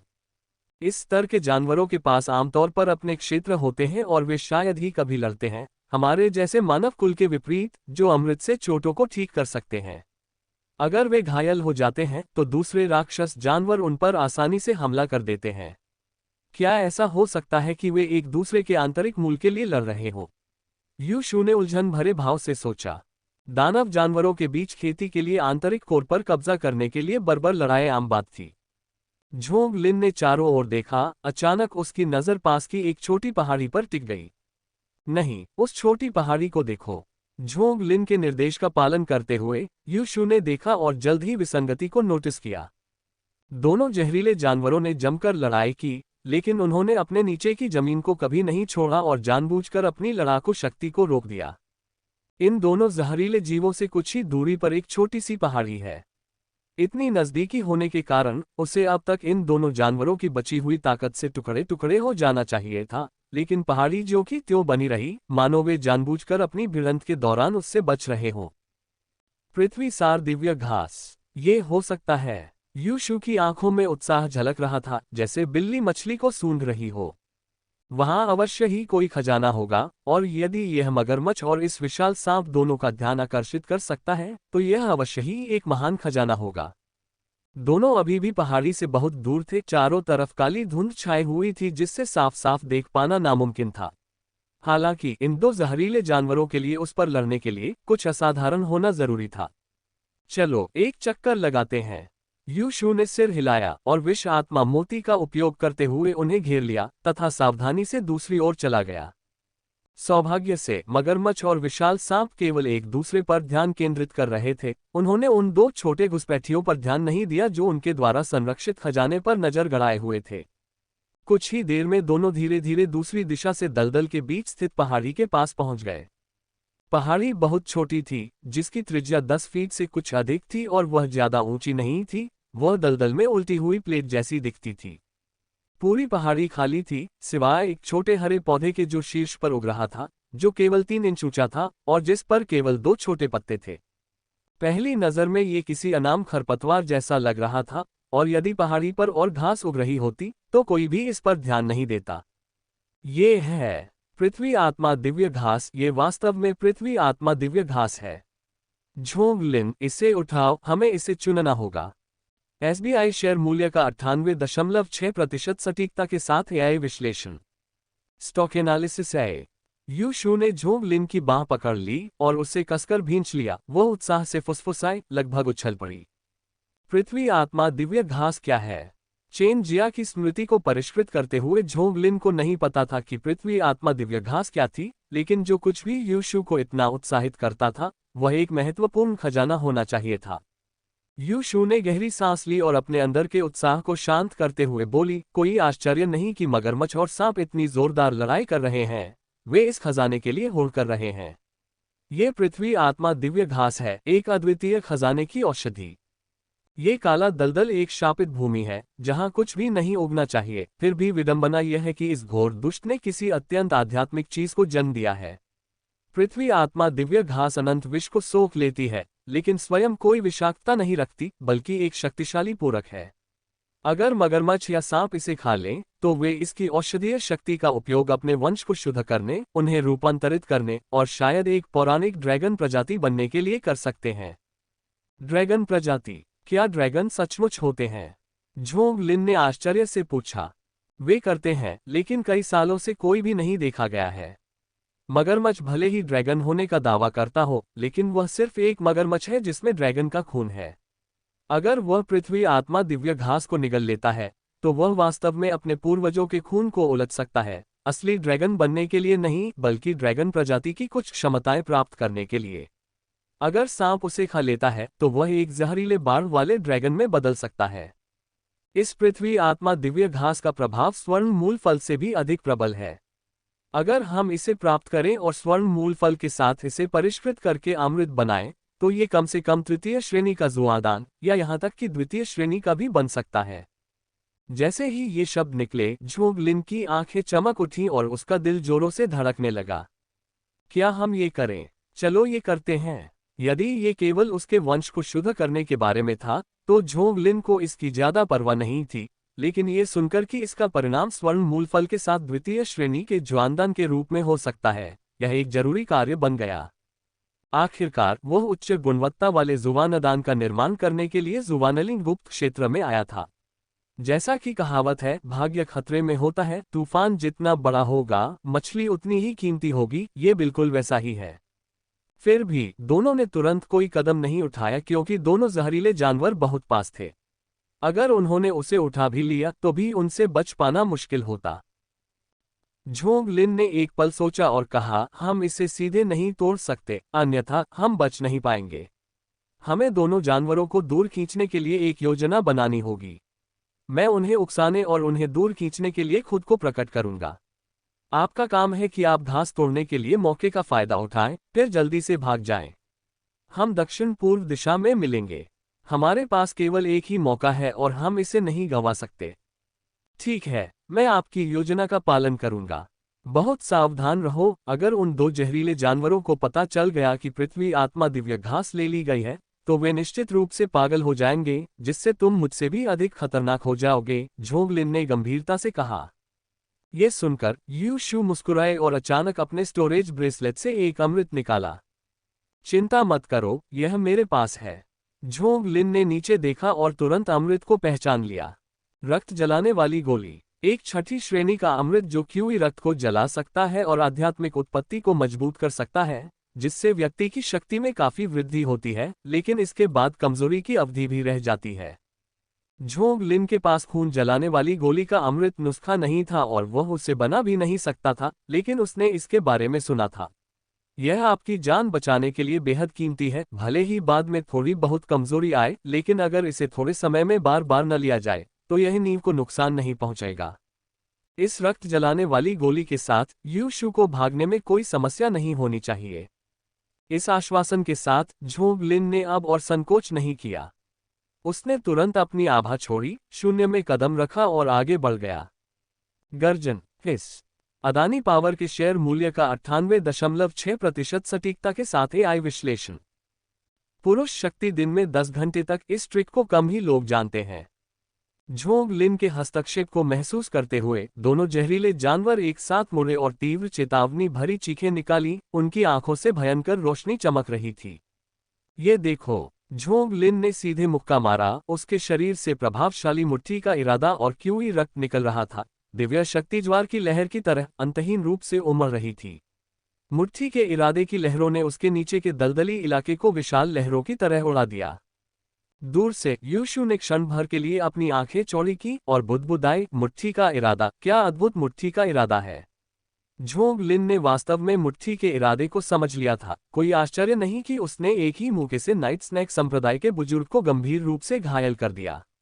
ये राक्षस कहाँ से आया? पवित्र भूमि में भी ऐसी प्रतिभाएं दुर्लभ हैं। बैंग बैंग, भूसे से मगरमच्छ और सांप लड़खड़ा गए, हालांकि उन्हें कोई नुकसान नहीं हुआ। इन दोनों खूंखार जानवरों के पास शल्कों वाला कवच था जो उन्हें जबरदस्त सुरक्षा प्रदान करता था। हालांकि वे घायल नहीं थे, फिर भी उन्हें काफी दर्द हुआ। उनकी क्रूरता और बढ़ गई और वे बिना किसी हिचकिचाहट के झोंग लिन पर टूट पड़े। गर्जन, हिस, झोंग लिन मुड़ा और भाग गया, फ्लावर वॉक का उपयोग करते हुए एक तलवार की रोशनी में परिवर्तित हो गया। स्वर्ग और पृथ्वी तलवार से बच निकला। मुड़ने से पहले उसने यूशु की छिपी हुई स्थिति पर धीरे से नजर डाली। उसकी निगाहें अव्यक्त अर्थ व्यक्त कर रही थीं। ये भागने का सारा दम उसने लगा दिया, क्योंकि मगरमच्छ और सांप दोनों की शक्ति दानव जानवर पंख वाले बैल से कहीं ज्यादा थी। अगर झोंग लिन को पता न होता कि वे अंततः वापस आएंगे, तो वह उन्हें कभी नहीं उकसाता। निश्चित रूप से एक संक्षिप्त क्षण के बाद झोंग लिन की पीठ पर काटने से ठीक पहले दोनों जानवरों ने अचानक पीछा करना बंद कर दिया और अधिक क्रोध में आकाश की ओर दहाड़ने लगे। ऐसा प्रतीत हुआ कि वे पागलपन की कगार पर थे। उन्होंने झोंग लिन को छोड़ दिया और वापस लौट गए। झोंग लिन एक क्षण के लिए रुका और पीछे हटती उनकी पीठ पर एक और मुक्का मारा, नुकसान पहुंचाने के लिए नहीं, बल्कि उन्हें क्षण भर के लिए रोकने के लिए, ताकि यूशु को भागने का समय मिल सके। इसके बावजूद दोनों जानवरों ने झोंग लिन के हमले को नजरअंदाज कर दिया और लगातार हमला करते रहे। झोंग लिन केवल अनिच्छा से ही हार मान सकता था। वह संभवतः उन्हें बलपूर्वक आगे बढ़ने से नहीं रोक सकता था, अन्यथा वह वास्तव में बर्बाद हो जाता। यूशु, अब ये तुम्हारे ऊपर है, मुझे निराश मत करो। अपने शरीर को झटकते हुए वह दक्षिण पूर्व की ओर बढ़ गया। जुवानलिंग गुप्त क्षेत्र की विरासत। झोंग लिन ने पूरे रास्ते उड़ान भरी और एक चक्कर लगाकर भी वह कुछ ही दूरी पर क्षतिग्रस्त जमीन को देख सका। साथ ही दो जहरीले जानवरों की पागलों की तरह दहाड़ने की आवाज भी सुन सका। 1000 मील की उड़ान भरने के बाद झोंग लिन को अंततः दक्षिण पूर्व में एक घाटी में यूशु का छिपने का स्थान मिल गया।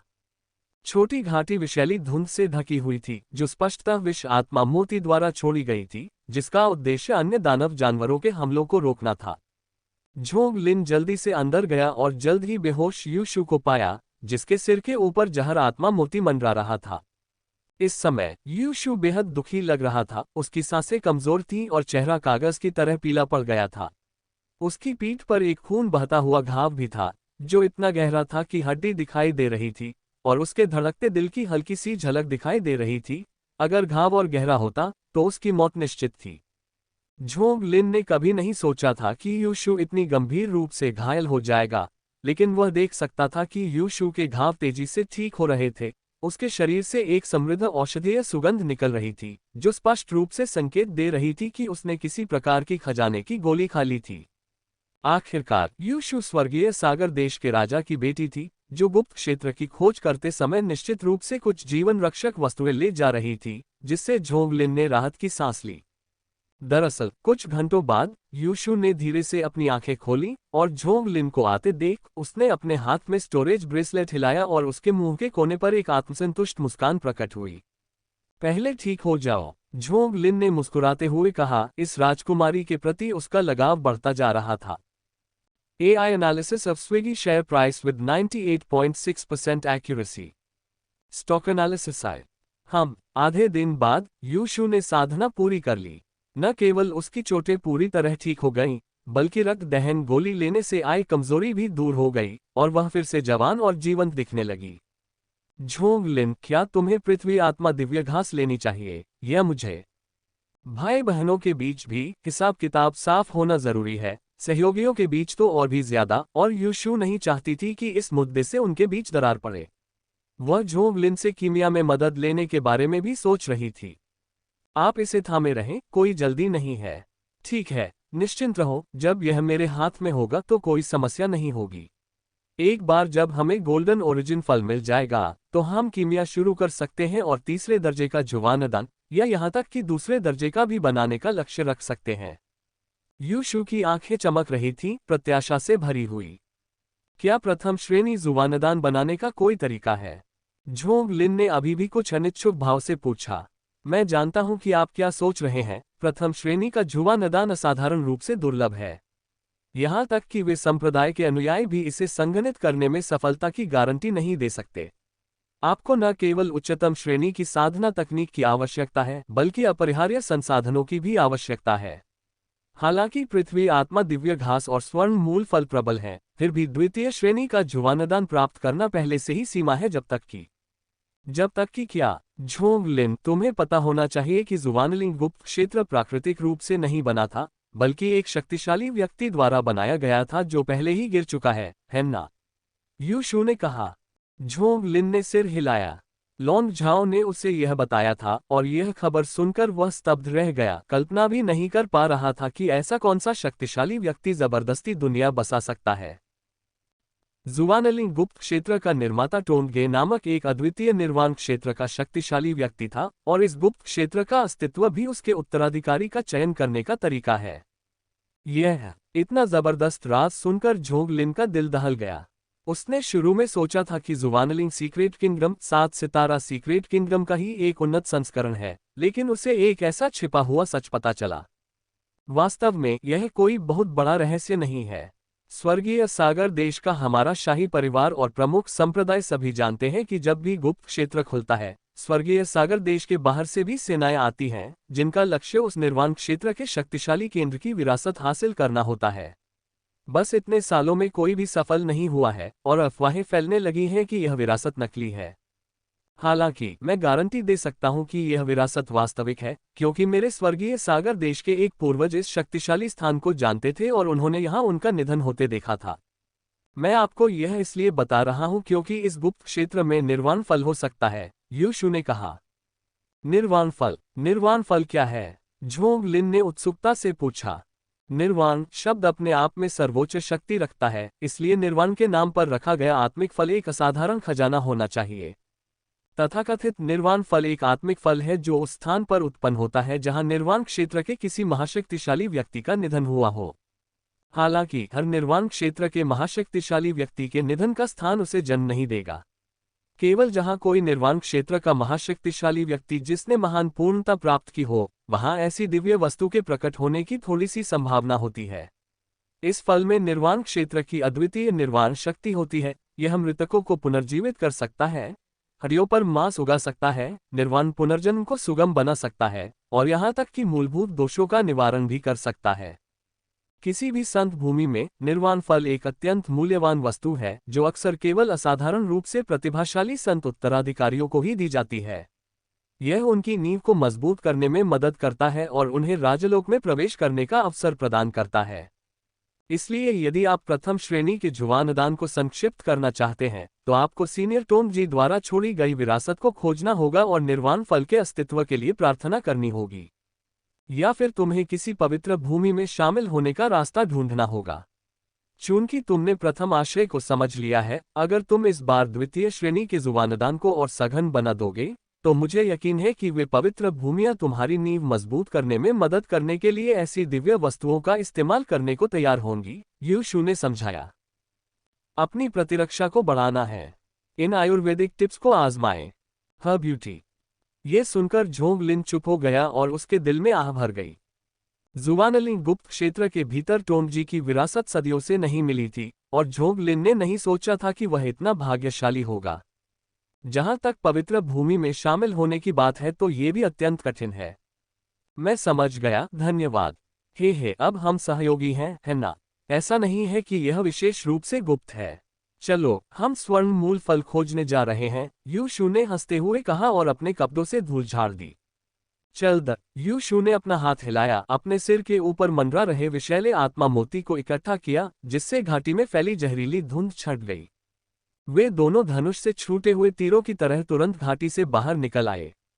इस बार उन्होंने अपने पैरों के नीचे आत्मा घास और आध्यात्मिक औषधि की चिंता नहीं की, बल्कि सीधे स्वर्ण मूल फल के स्थान की ओर बढ़ गए, क्योंकि ज्वानदान गुप्त क्षेत्र को तोड़ना उनकी सर्वोच्च प्राथमिकता थी।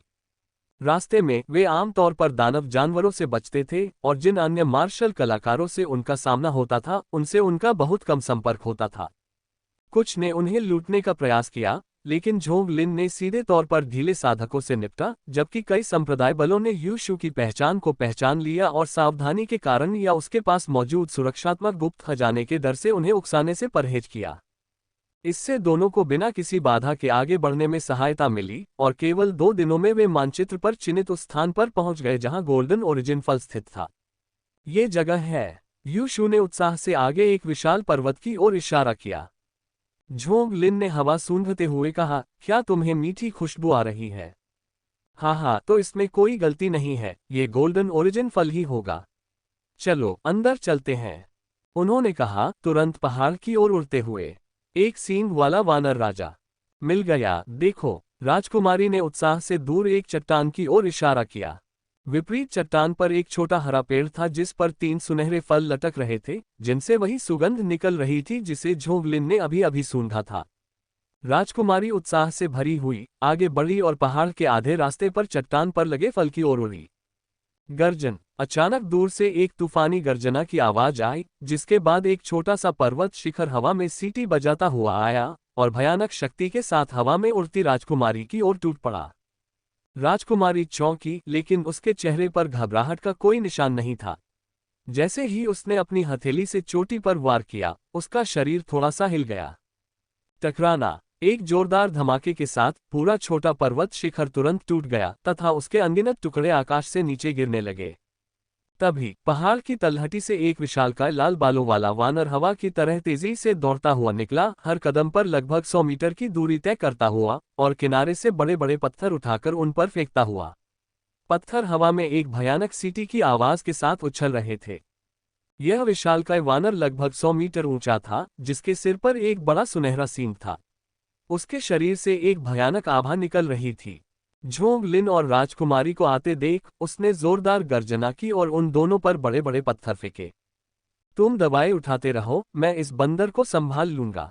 झोंग लिन ने ठंडी सांस ली और हवा में उछलते हुए अपने सामने पड़े विशाल उड़ते पत्थर को एक ही मुक्के से चकनाचूर कर दिया। AI analysis of IRFC share price with 98.6% accuracy. PPS Talk. यह एक सींग वाले हिंसक वानरों का राजा है, सावधान रहें। राजकुमारी झोंग लिन की दुर्जय शक्ति से परिचित थी, क्योंकि मुट्ठी के इरादे को समझने में सक्षम मार्शल कलाकारों में असाधारण युद्ध शक्ति होती थी। उसे चेतावनी देने के बाद वह दवा लेने पर ध्यान केंद्रित करते हुए ऊपर उड़ती रही।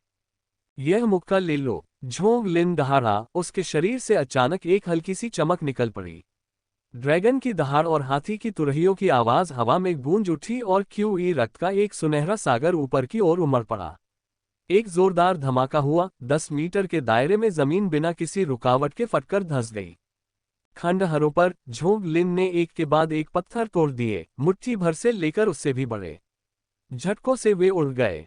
तभी उसका शरीर तेज गड़गड़ाहट के साथ अचानक ध्वनि अवरोध को तोड़ता हुआ सीधे एक सींग वाले हिंसक वानरों के राजा की ओर बढ़ा। भयंकर तूफान ने आसपास के धूल के बादलों को तुरंत उड़ा दिया, जिससे एक धूसर पवन ड्रैगन का निर्माण हुआ। उसी क्षण झोंग लिन की शक्तिशाली आभा ने वानर को अभिभूत कर दिया, उसका रास्ता रोक दिया। क्रोधित होकर वह एक भ्रम की तरह उसकी ओर झपटा। बंदर का शरीर अजगर की तरह ऊपर उठा और उसने अपनी मोटी भुजाओं को उठाकर कई 100 मीटर दूर से हमला किया। पंच के नीचे की हवा तुरंत शुद्ध शक्ति से संपीड़ित हो गई तथा कुचलने वाली शक्ति के साथ विस्फोट हो गया। गड़गड़ाहट। उस क्षण दोनों मुक्के आपस में टकराए और 100 मीटर के दायरे में हवा में एक बहरा कर देने वाली आवाज के साथ विस्फोट हो गया, जो तुरंत ही उड़ गया, जिससे एक निर्वात जैसा पर्दा बन गया। हाँ, अच्छा बंदर, फिर आना। झोंग लिन आकाश की ओर चिल्लाया। उसकी आवाज हवा में एक तेज तलवार की तरह चुभ रही थी और उमड़ता हुआ QE रक्त और असीम आध्यात्मिक उद्गम लगातार गर्जना कर रहा था। उसके पीछे एक अजगर और एक हाथी का विशाल प्रेत प्रकट हुआ, जो एक विशाल भयावह अजगर हाथी में विलीन हो गया। ड्रैगन हाथी जेल सब पर भारी। मांसपेशियों और हड्डियों के कंपन के बीच झोंग लिन ने अपना हाथ उठाया और 5 उंगलियों से मुट्ठी की मुहर बनाई। भिनभिनाओ, भिनभिनाओ, भिनभिनाओ। मुट्ठी सील ऊपर उठ गई, जिससे हवा में कंपन होने लगा, मानो उसके नीचे का पूरा शून्य थोड़ा सा हिल रहा हो। लहरें उभरी, जो पानी की सतह पर उठने वाली लहरों जैसी थीं। गर्जन। झोंग लिन के भयानक मुट्ठी के इरादे से उत्तेजित एक सींग वाले हिंसक वानरों के राजा ने अपनी मुट्ठियों से उसकी छाती पर 2 बार प्रहार किया। एक भयंकर गर्जना के साथ उसने फिर से झोंग लिन की ओर अपनी बाहें घुमाई। अगले ही पल 2 मुक्के आपस में टकरा गए। धमाका। दुनिया ने पल भर में अपना रंग खो दिया। एक बवंडर जैसी प्रचंड लहर बाहर की ओर बही, जिसने जिस चीज को छुआ उसे धूल में बदल दिया। धरती जोर से कांपने लगी और धुएं और धूल के ऊंचे बादल आसमान की ओर उठने लगे। उनकी लड़ाई के कुछ 100 मीटर के दायरे में एक भयंकर विस्फोट हुआ, जिसमें धरती और पत्थर के अनगिनत टुकड़े सबसे शक्तिशाली क्रॉसबो बोल्ट की तरह आकाश में फैल गए। वाह! झोंग लिन थोड़ा पीछे झुक गया, दर्जनों मीटर पीछे हट गया, जमीन में एक गहरी खाई खोद दी, जबकि एक सींग वाले हिंसक वानरों का राजा पीछे की ओर उड़ गया, पीछे पहाड़ से जोर से टकराया। झोंग लिन ने अपनी बांह हिलाई, सुन्नपन और दर्द महसूस किया। उसे अपनी हड्डियों पर बारीक दरारें पड़ती हुई महसूस हो रही थी। इस मौके से उसे कोई खास फायदा नहीं हुआ था। टकरा जाना। पहाड़ के पत्थर टूटकर बिखर गए और एक सींग वाले हिंसक वानरों का राजा मलबे से बाहर आ गया। तभी झोंग लिन ने अचानक देखा कि वानरों का सींग गायब हो गया है और उसकी जगह एक और भी विशाल आकृति आ गई है, जिसके बाल खून जैसे लाल हैं। झोंग लिन क्षण भर के लिए स्तब्ध रह गया। उसने सोचा कि सींग हमला करने के लिए है, लेकिन असल में वह शक्ति संचित कर रहा था, जिससे खतरे के समय और भी ज्यादा शक्ति ग्रहण करके उसे मुक्त कर सकता था। गर्जन। एक सींग वाले हिंसक वानरों के राजा ने आकाश की ओर दहाड़ लगाई, उसकी आंखें क्रोध से जल रही थीं। झोंग लिन धीरे से उठा और एक सींग वाले हिंसक वानरों के अब क्रोधित राजा को गंभीरता से देखने लगा। बंदर की शक्ति कई गुना बढ़ गई थी, जिससे उसका दिल तेजी से धड़कने लगा। अचानक झोंग लिन के होठों पर मुस्कुराहट आ गई और उसने उत्तेजक ढंग से एक सींग वाले हिंसक वानरों के राजा को उंगली से इशारा किया। आओ छोटे बंदर, आओ मुझे मारो। गर्जन। एक सींग वाले हिंसक वानरों के राजा की आंखें लाल हो गईं और एक धमाके के साथ उसका शरीर आगे की ओर झपटा और झोंग लिन पर प्रहार करने के लिए ताइशान के बल के साथ अपनी भुजाओं को झुलाया। गड़गड़ाहट। धरती कांप उठी, पहाड़ और नदियां टूट गईं, लेकिन झोंग लिन का कोई पता नहीं चला। केवल एक विशालकाय बंदर गुस्से से चिल्लाते हुए आकाश की ओर दहाड़ रहा था। ऊपर शून्य में झोंग लिन तलवार की रोशनी में लिपटा हुआ पूरी गति से भाग रहा था। जानवर तो जानवर ही होता है, अगर वह राक्षस में भी बदल जाए तो भी वह बहुत बुद्धिमान नहीं होता। मेरे मिराज पल के लिए ये कितनी शर्म की बात है। अभी अभी उसने राजकुमारी की आवाज सुनी कि स्वर्ण मूल फल पहले से ही उसके हाथ में है। स्वाभाविक रूप से वह एक सींग वाले हिंसक वानरों के राजा से सीधे भिड़ना जारी नहीं रखेगा। उसने मिराज मोती का इस्तेमाल करके उस जगह पर भ्रम पैदा किया जहां वह बहुत पहले भाग चुका था। अतीत में एक सींग वाले हिंसक वानरों का राजा, जिसकी शक्ति जुवानदान क्षेत्र के एक मार्शल कलाकार के बराबर थी, निश्चित रूप से इस दोष का पता लगा लेता था। आखिरकार मिराज मोती भ्रम पैदा कर सकता है, लेकिन वे बहुत नकली होते हैं और आसानी से पहचाने जा सकते हैं। लेकिन अब अपनी उग्र अवस्था में उसके मन में एक ही विचार था, झोंग लिन को टुकड़े टुकड़े कर देना। उसकी बुद्धि नष्ट हो गई और क्रोध ने उसके हृदय को भस्म कर दिया। यहाँ पर दूर से राजकुमारी उत्सुकता से झोंग लिन को बुला रही थी, जो तेजी से उड़कर वहां पहुंचा। दोनों ने बिना रुके अपनी कीवी दबाए और तेजी से वहां से गायब हो गए। क्या आपको मिला? झोंग लिन भी कुछ उत्साहित महसूस कर रहा था, जल्दी से पूछताछ कर रहा था। राजकुमारी ने हंसते हुए कहा, राजकुमारी के कार्य से ये स्वाभाविक रूप से एक सहज सफलता है। ये तो बस एक स्वर्णिम मूल फल है जो आसानी से प्राप्त हो जाता है। संप्रदाय की सच्ची शिक्षाएं। वहां कौन जाता है, बाहर आओ। झोंग लिन का चेहरा अचानक ठंडा पड़ गया और उसने पास ही खाली जगह पर जोरदार मुक्का मारा। धमाका। तेज हवा के झटके से झोंग लिन की रीढ़ अचानक ड्रैगन की तरह सीधी हो गई। एक मुक्का लगते ही कई दर्जन गज के दायरे में हवा में कंपन हो गया, मानो अनगिनत तोप के गोले अचानक फट गए हों। अगले ही क्षण पहले से शांत शून्य में अचानक एक आकृति प्रकट हुई और उसने हथेली से प्रहार किया। गड़गड़ाहट। मुट्ठी और हथेलियां आपस में टकरा गईं, उनके कंपन से एक दूसरे को नष्ट करने की धमकी भी दी गई। झूफी। ये तुम क्यों हो? यू शू ने ये देखकर आश्चर्य से कहा कि वह कौन था। नवागंतुक एक युवा व्यक्ति था जो सफेद कपड़े पहने हुए था। उसका रंग जैड की तरह गोरा था, लंबा कद, अत्यंत स्थिर आभा, और सबसे महत्वपूर्ण बात, उसकी साधना एक रसातल की तरह गहरी थी, जिससे झोंग लिन को ऐसा लग रहा था जैसे वह एक दुर्जय विरोधी का सामना कर रहा हो। झू फेई ने झोंग लिन की ओर देखा। उसकी निगाहें शांत और भावशून्य थीं, जिससे श्रेष्ठता का आभास हुआ जो विशेष रूप से कष्टप्रद था। नमस्कार, 17वीं राजकुमारी। झू फेई ने थोड़ा सा सिर झुकाया, फिर भी उसके स्वर में सम्मान की कमी थी।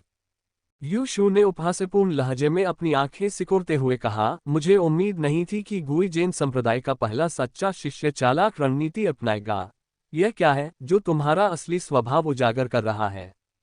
झू फेई यू शू के व्यंग्य के प्रति उदासीन था और गहरी आवाज में कहा, 17वीं राजकुमारी, इशारा करने की कोई जरूरत नहीं है। तुम दूसरों को अपने कामों के बारे में बोलने नहीं देते। क्या ऐसी तुच्छ हरकत किसी हत्या और लूट की योजना का संकेत नहीं है? यू शू ने ठंडे स्वर में उत्तर दिया, चट्टान पर तुमने जो स्वर्ण मूल फल छीना था, उसकी रक्षा 3 एक सींग वाले हिंसक वानर राजाओं द्वारा की जा रही थी। वह तो बस एक छोटा सा बच्चा था, उसके माता पिता को मैंने मार डाला था। सच कहूं तो वह तुम ही थे जिन्होंने मेरी सारी संपत्ति छीन ली। गुई जैन संप्रदाय के झू फेई ने बिना किसी भावना के बात की। यू शू ने भौहें चढ़ाईं। जब झूफी पहली बार दिखाई दी तो उसके कपड़ों का थोड़ा सा बिखरा हुआ होना और उससे चिपके हुए एक सींग वाले हिंसक वानर राजा की आभा देखकर उसे कुछ शक हुआ। नक्शे से पुष्टि हुई कि 2 एक सींग वाले हिंसक वानर राजा स्वर्ण मूलफल की रखवाली कर रहे थे, लेकिन केवल एक ही दिखाई दिया और उसकी ताकत उतनी भयानक नहीं थी जितनी उसके शाही पिता ने बताई थी। हालांकि तर्क से ये तय नहीं किया जा सका कि ऐसे मामलों में कौन उचित था। आप गलत हैं, हमें कोई गोल्डन ओरिजिन फल नहीं मिला। यू शू ने बिना पलक झपकाए उत्तर दिया, मैंने कभी नहीं सोचा था कि आदरणीय 17वीं राजकुमारी झूठ बोलेगी। मैं आपसे बहस नहीं करना चाहती, स्वर्णिम मूल फल दे दीजिए या मुझे असभ्य होने का दोष मत दीजिए, झूफी ने ठंडे स्वर में कहा। महाराज, झूफी कौन है? झोंग लिन ने आवाज के माध्यम से प्रश्न प्रेषित किया। ये व्यक्ति हमारे स्वर्गीय सागर देश के प्राथमिक संप्रदाय गुई जैन संप्रदाय का पहला सच्चा शिष्य है। हमारे शाही परिवार की गुई जैन संप्रदाय से लंबे समय से शिकायतें हैं, लेकिन उनकी ताकत बहुत बड़ी है, एक कठिन प्रतिद्वंद्वी है। हम सीधे युद्ध में शामिल नहीं होना चाहते, केवल दूसरों को लाभ पहुंचाने के लिए। इस प्रकार यद्यपि हम असहमत हैं, फिर भी दोनों पक्ष संयम बनाए रखते हैं। मैंने कभी उम्मीद नहीं की थी कि झूफी गोल्डन ओरिजिन फ्रूट को भी निशाना बनाएगा। उसका जुबानदान 4वीं कक्षा का है और पूर्णता तक पहुंच चुका है, येनयान क्षेत्र में पहुंचने से बस एक कदम दूर है। यू शू के भाषण में उनके द्वारा प्रदर्शित ढीले व्यवहार के विपरीत वजन था। ये सुनकर झोंग लिन का दिल बैठ गया। चतुर्थ श्रेणी जुबानदान, महान पूर्णता क्षेत्र, येनयान क्षेत्र, स्वर्गीय सागर देश के प्रमुख संप्रदाय को पार करने के लिए सिर्फ एक कदम। अजय झोंग लिन हालांकि अपनी लड़ाकू शक्ति में आश्वस्त था, लेकिन वह झूफी पर विजय पाने के लिए अहंकार के स्तर तक नहीं पहुंचा था। उनके क्षेत्रों में अंतर स्पष्ट था, वह कोई मुकाबला नहीं था। शायद अधीरता बढ़ते हुए झूफी ने शून्य में पकड़ लिया। आध्यात्मिक उत्पत्ति एक हाथ में बदल गई, क्योंकि 3 झांक बड़ी सफेद विशाल हथेली अचानक यू शू की ओर बढ़ गई। झूफी, क्या आप शाही परिवार और गुई जैन संप्रदाय के बीच युद्ध भड़काने का इरादा रखते हैं? झूफी को सीधे हमला करते देख यू शू गुस्से से दहाड़ा। उसके हाथ हिलना बंद नहीं हुए। उसके हाथ में एक आध्यात्मिक कलाकृति चमकदार लंबी तलवार प्रकट हुई और उसने सफेद गैंग क्यूई हाथ पर वार किया। झोंग लिन ने भी हमला करने में संकोच नहीं किया और सीधे ड्रैगन हाथी स्वर्ण शरीर की अंतिम चाल, ड्रैगन हाथी जेल का प्रदर्शन किया, क्योंकि हिंसक शक्ति आगे बढ़ी। मेंटिस एक रथ को रोकने की कोशिश कर रहा है। उनके संयुक्त हमले का सामना करते हुए झूफी ने एक तिरस्कार भरी मुस्कान दी और अचानक उसके शरीर से गैंक्यू का एक उभार निकला जो एक सफेद क्रूर बाघ में बदल गया। अपने पंजे उठाकर उसने झोंग लिन की ड्रैगन एलिफेंट जेल को तोड़ दिया। चमकता हुआ ड्रैगन बर्फ आत्मा दिव्य प्रकाश। यू शू ने अपने हाथ में चमकती कांच की तलवार लहराई, जिससे तुरंत ही दर्जनों सफेद बर्फीली रोशनियां फूट पड़ी जो दूर स्थित सफेद बाघ की ओर फट गईं। गर्जन। झू फेई ने अचानक अपना सिर घुमाया और सफेद बाघ ने अपना मुंह चौड़ा करके उन बर्फीली रोशनियों को अपने पेट में निगल लिया। मधुमेह रोगियों को इसे तुरंत पढ़ लेना चाहिए, इससे पहले कि इसे हटा दिया जाए। इंसुलेक्स। यू शू का चेहरा बदल गया क्योंकि वह लगातार अपने आध्यात्मिक मूल पर जोर दे रही थी, फिर भी बर्फ आत्मा दिव्य प्रकाश कभी भी विस्फोट किए बिना पतली हवा में गायब हो गया। ये गुई जैन संप्रदाय का श्वेत बाघ दहाड़ था। जब एक मार्शल कलाकार इसे साधना करता है तो वे श्वेत बाघ गैंग क्यूई को संघनित करते हैं, और जुबानदान बनाने पर इस तकनीक को और अधिक साधना करने से उन्हें अपने आध्यात्मिक मूल को एक दुर्जय श्वेत बाघ में आकार देने की अनुमति मिलती है। अचानक दुनिया से एक अजगर की दहाड़ सुनाई दी, ध्वनि गिरी, अंतरिक्ष मुड़ गया और उसी समय 10,000 अजगरों की दहाड़ें आकाश में गूंज उठीं। पलक झपकते ही अनगिनत ड्रैगन आकृतियों की घनी परछाइयां शून्य से फूट पड़ती हैं तथा एक्यू पॉइंट्स के चारों ओर से एकत्रित हो जाती हैं। पकड़ते, दहाड़ते, मरोड़ते उनके शरीर प्रकट होते और गायब होते। अंततः उसके सामने ब्रह्म वास्तविकता में परिवर्तित हो गया, मांस और रक्त में संघनित हो गया तथा झोंग लिन की बाह के चारों ओर लिपटा हुआ एक विशाल अजगर बन गया। झोंग लिन के ग्रेट साइकिल 10,000 ड्रैगन सूत्र में सफेद बाघ की तुलना की गई थी, लेकिन ये केवल रूपांतर था, आध्यात्मिकता का अभाव था। झोंग लिन का सार, क्यूई और आत्मा पूर्ण होने के बावजूद उनका विलय होना अभी बाकी था। फिर भी उनकी समस्त आध्यात्मिक उत्पत्ति यहाँ संघनित थी, उनके विस्फोटक मुट्ठी इरादे से ओतप्रोत। उस क्षण झोंग लिन, जिसकी पूरी शक्ति चरम सीमा तक प्रचंड थी, एक ही मौके में चमक उठी। एक शुद्ध सुनहरी रोशनी शून्य की परतों को चीरती हुई, मानो तोप की आग से अनगिनत तारे फूट रहे हों, उसकी अतुलनीय इच्छाशक्ति को अपने साथ लिए हुए। एक सराहनीय मार्शल तकनीक। अफसोस की बात है कि आपकी साधना बहुत कमजोर है। मेरी सफेद बाघ दहाड़ को तोड़ने की सोच रही है, केवल एक मूर्ख का सपना। सफेद बाघ लाश ले जा रहा है। झूफी से निकले सफेद आध्यात्मिक मूल के रेशे फिर से सफेद बाघ के शरीर में प्रवाहित हुए, जिससे बाघ तुरंत फूल गया और एक छोटी पहाड़ी के आकार का विशालकाय जानवर बन गया। अपने जबड़े फैलाकर उसने सीधे झोंग लिन के अजगर रूप को निगल लिया, उसे पूरी ताकत से कुचलकर खा गया। झोंग लिन ने ठंडेपन से देखा और जिस क्षण ड्रैगन का रूप चकनाचूर हुआ, एक तलवार की उंगली उठी जिसने छिपी हुई तलवार की मंशा को अचानक विस्फोट में मुक्त कर दिया। झोंग लिन ने तलवार के इरादे को 90% तक समझ लिया था और तलवार को रेशम में परिष्कृत करने के क्षेत्र तक पहुंच गया था।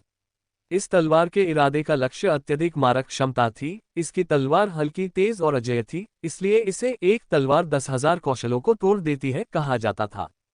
एक तलवार से शून्य में एक निशान छोड़ दिया गया।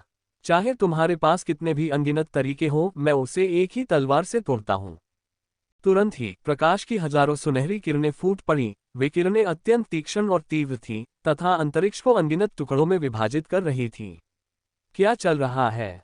तलवार क्यूई के धागे सफेद बाघ के शरीर के भीतर गुंथ गए, जिससे सब कुछ अस्त व्यस्त हो गया। एक भयंकर दर्द झूफी के अस्तित्व में गूंज उठा। सफेद बाघ उसकी आध्यात्मिक उत्पत्ति का संघनन था, जिसके कारण उसे किसी भी चोट का तीव्र एहसास होता था।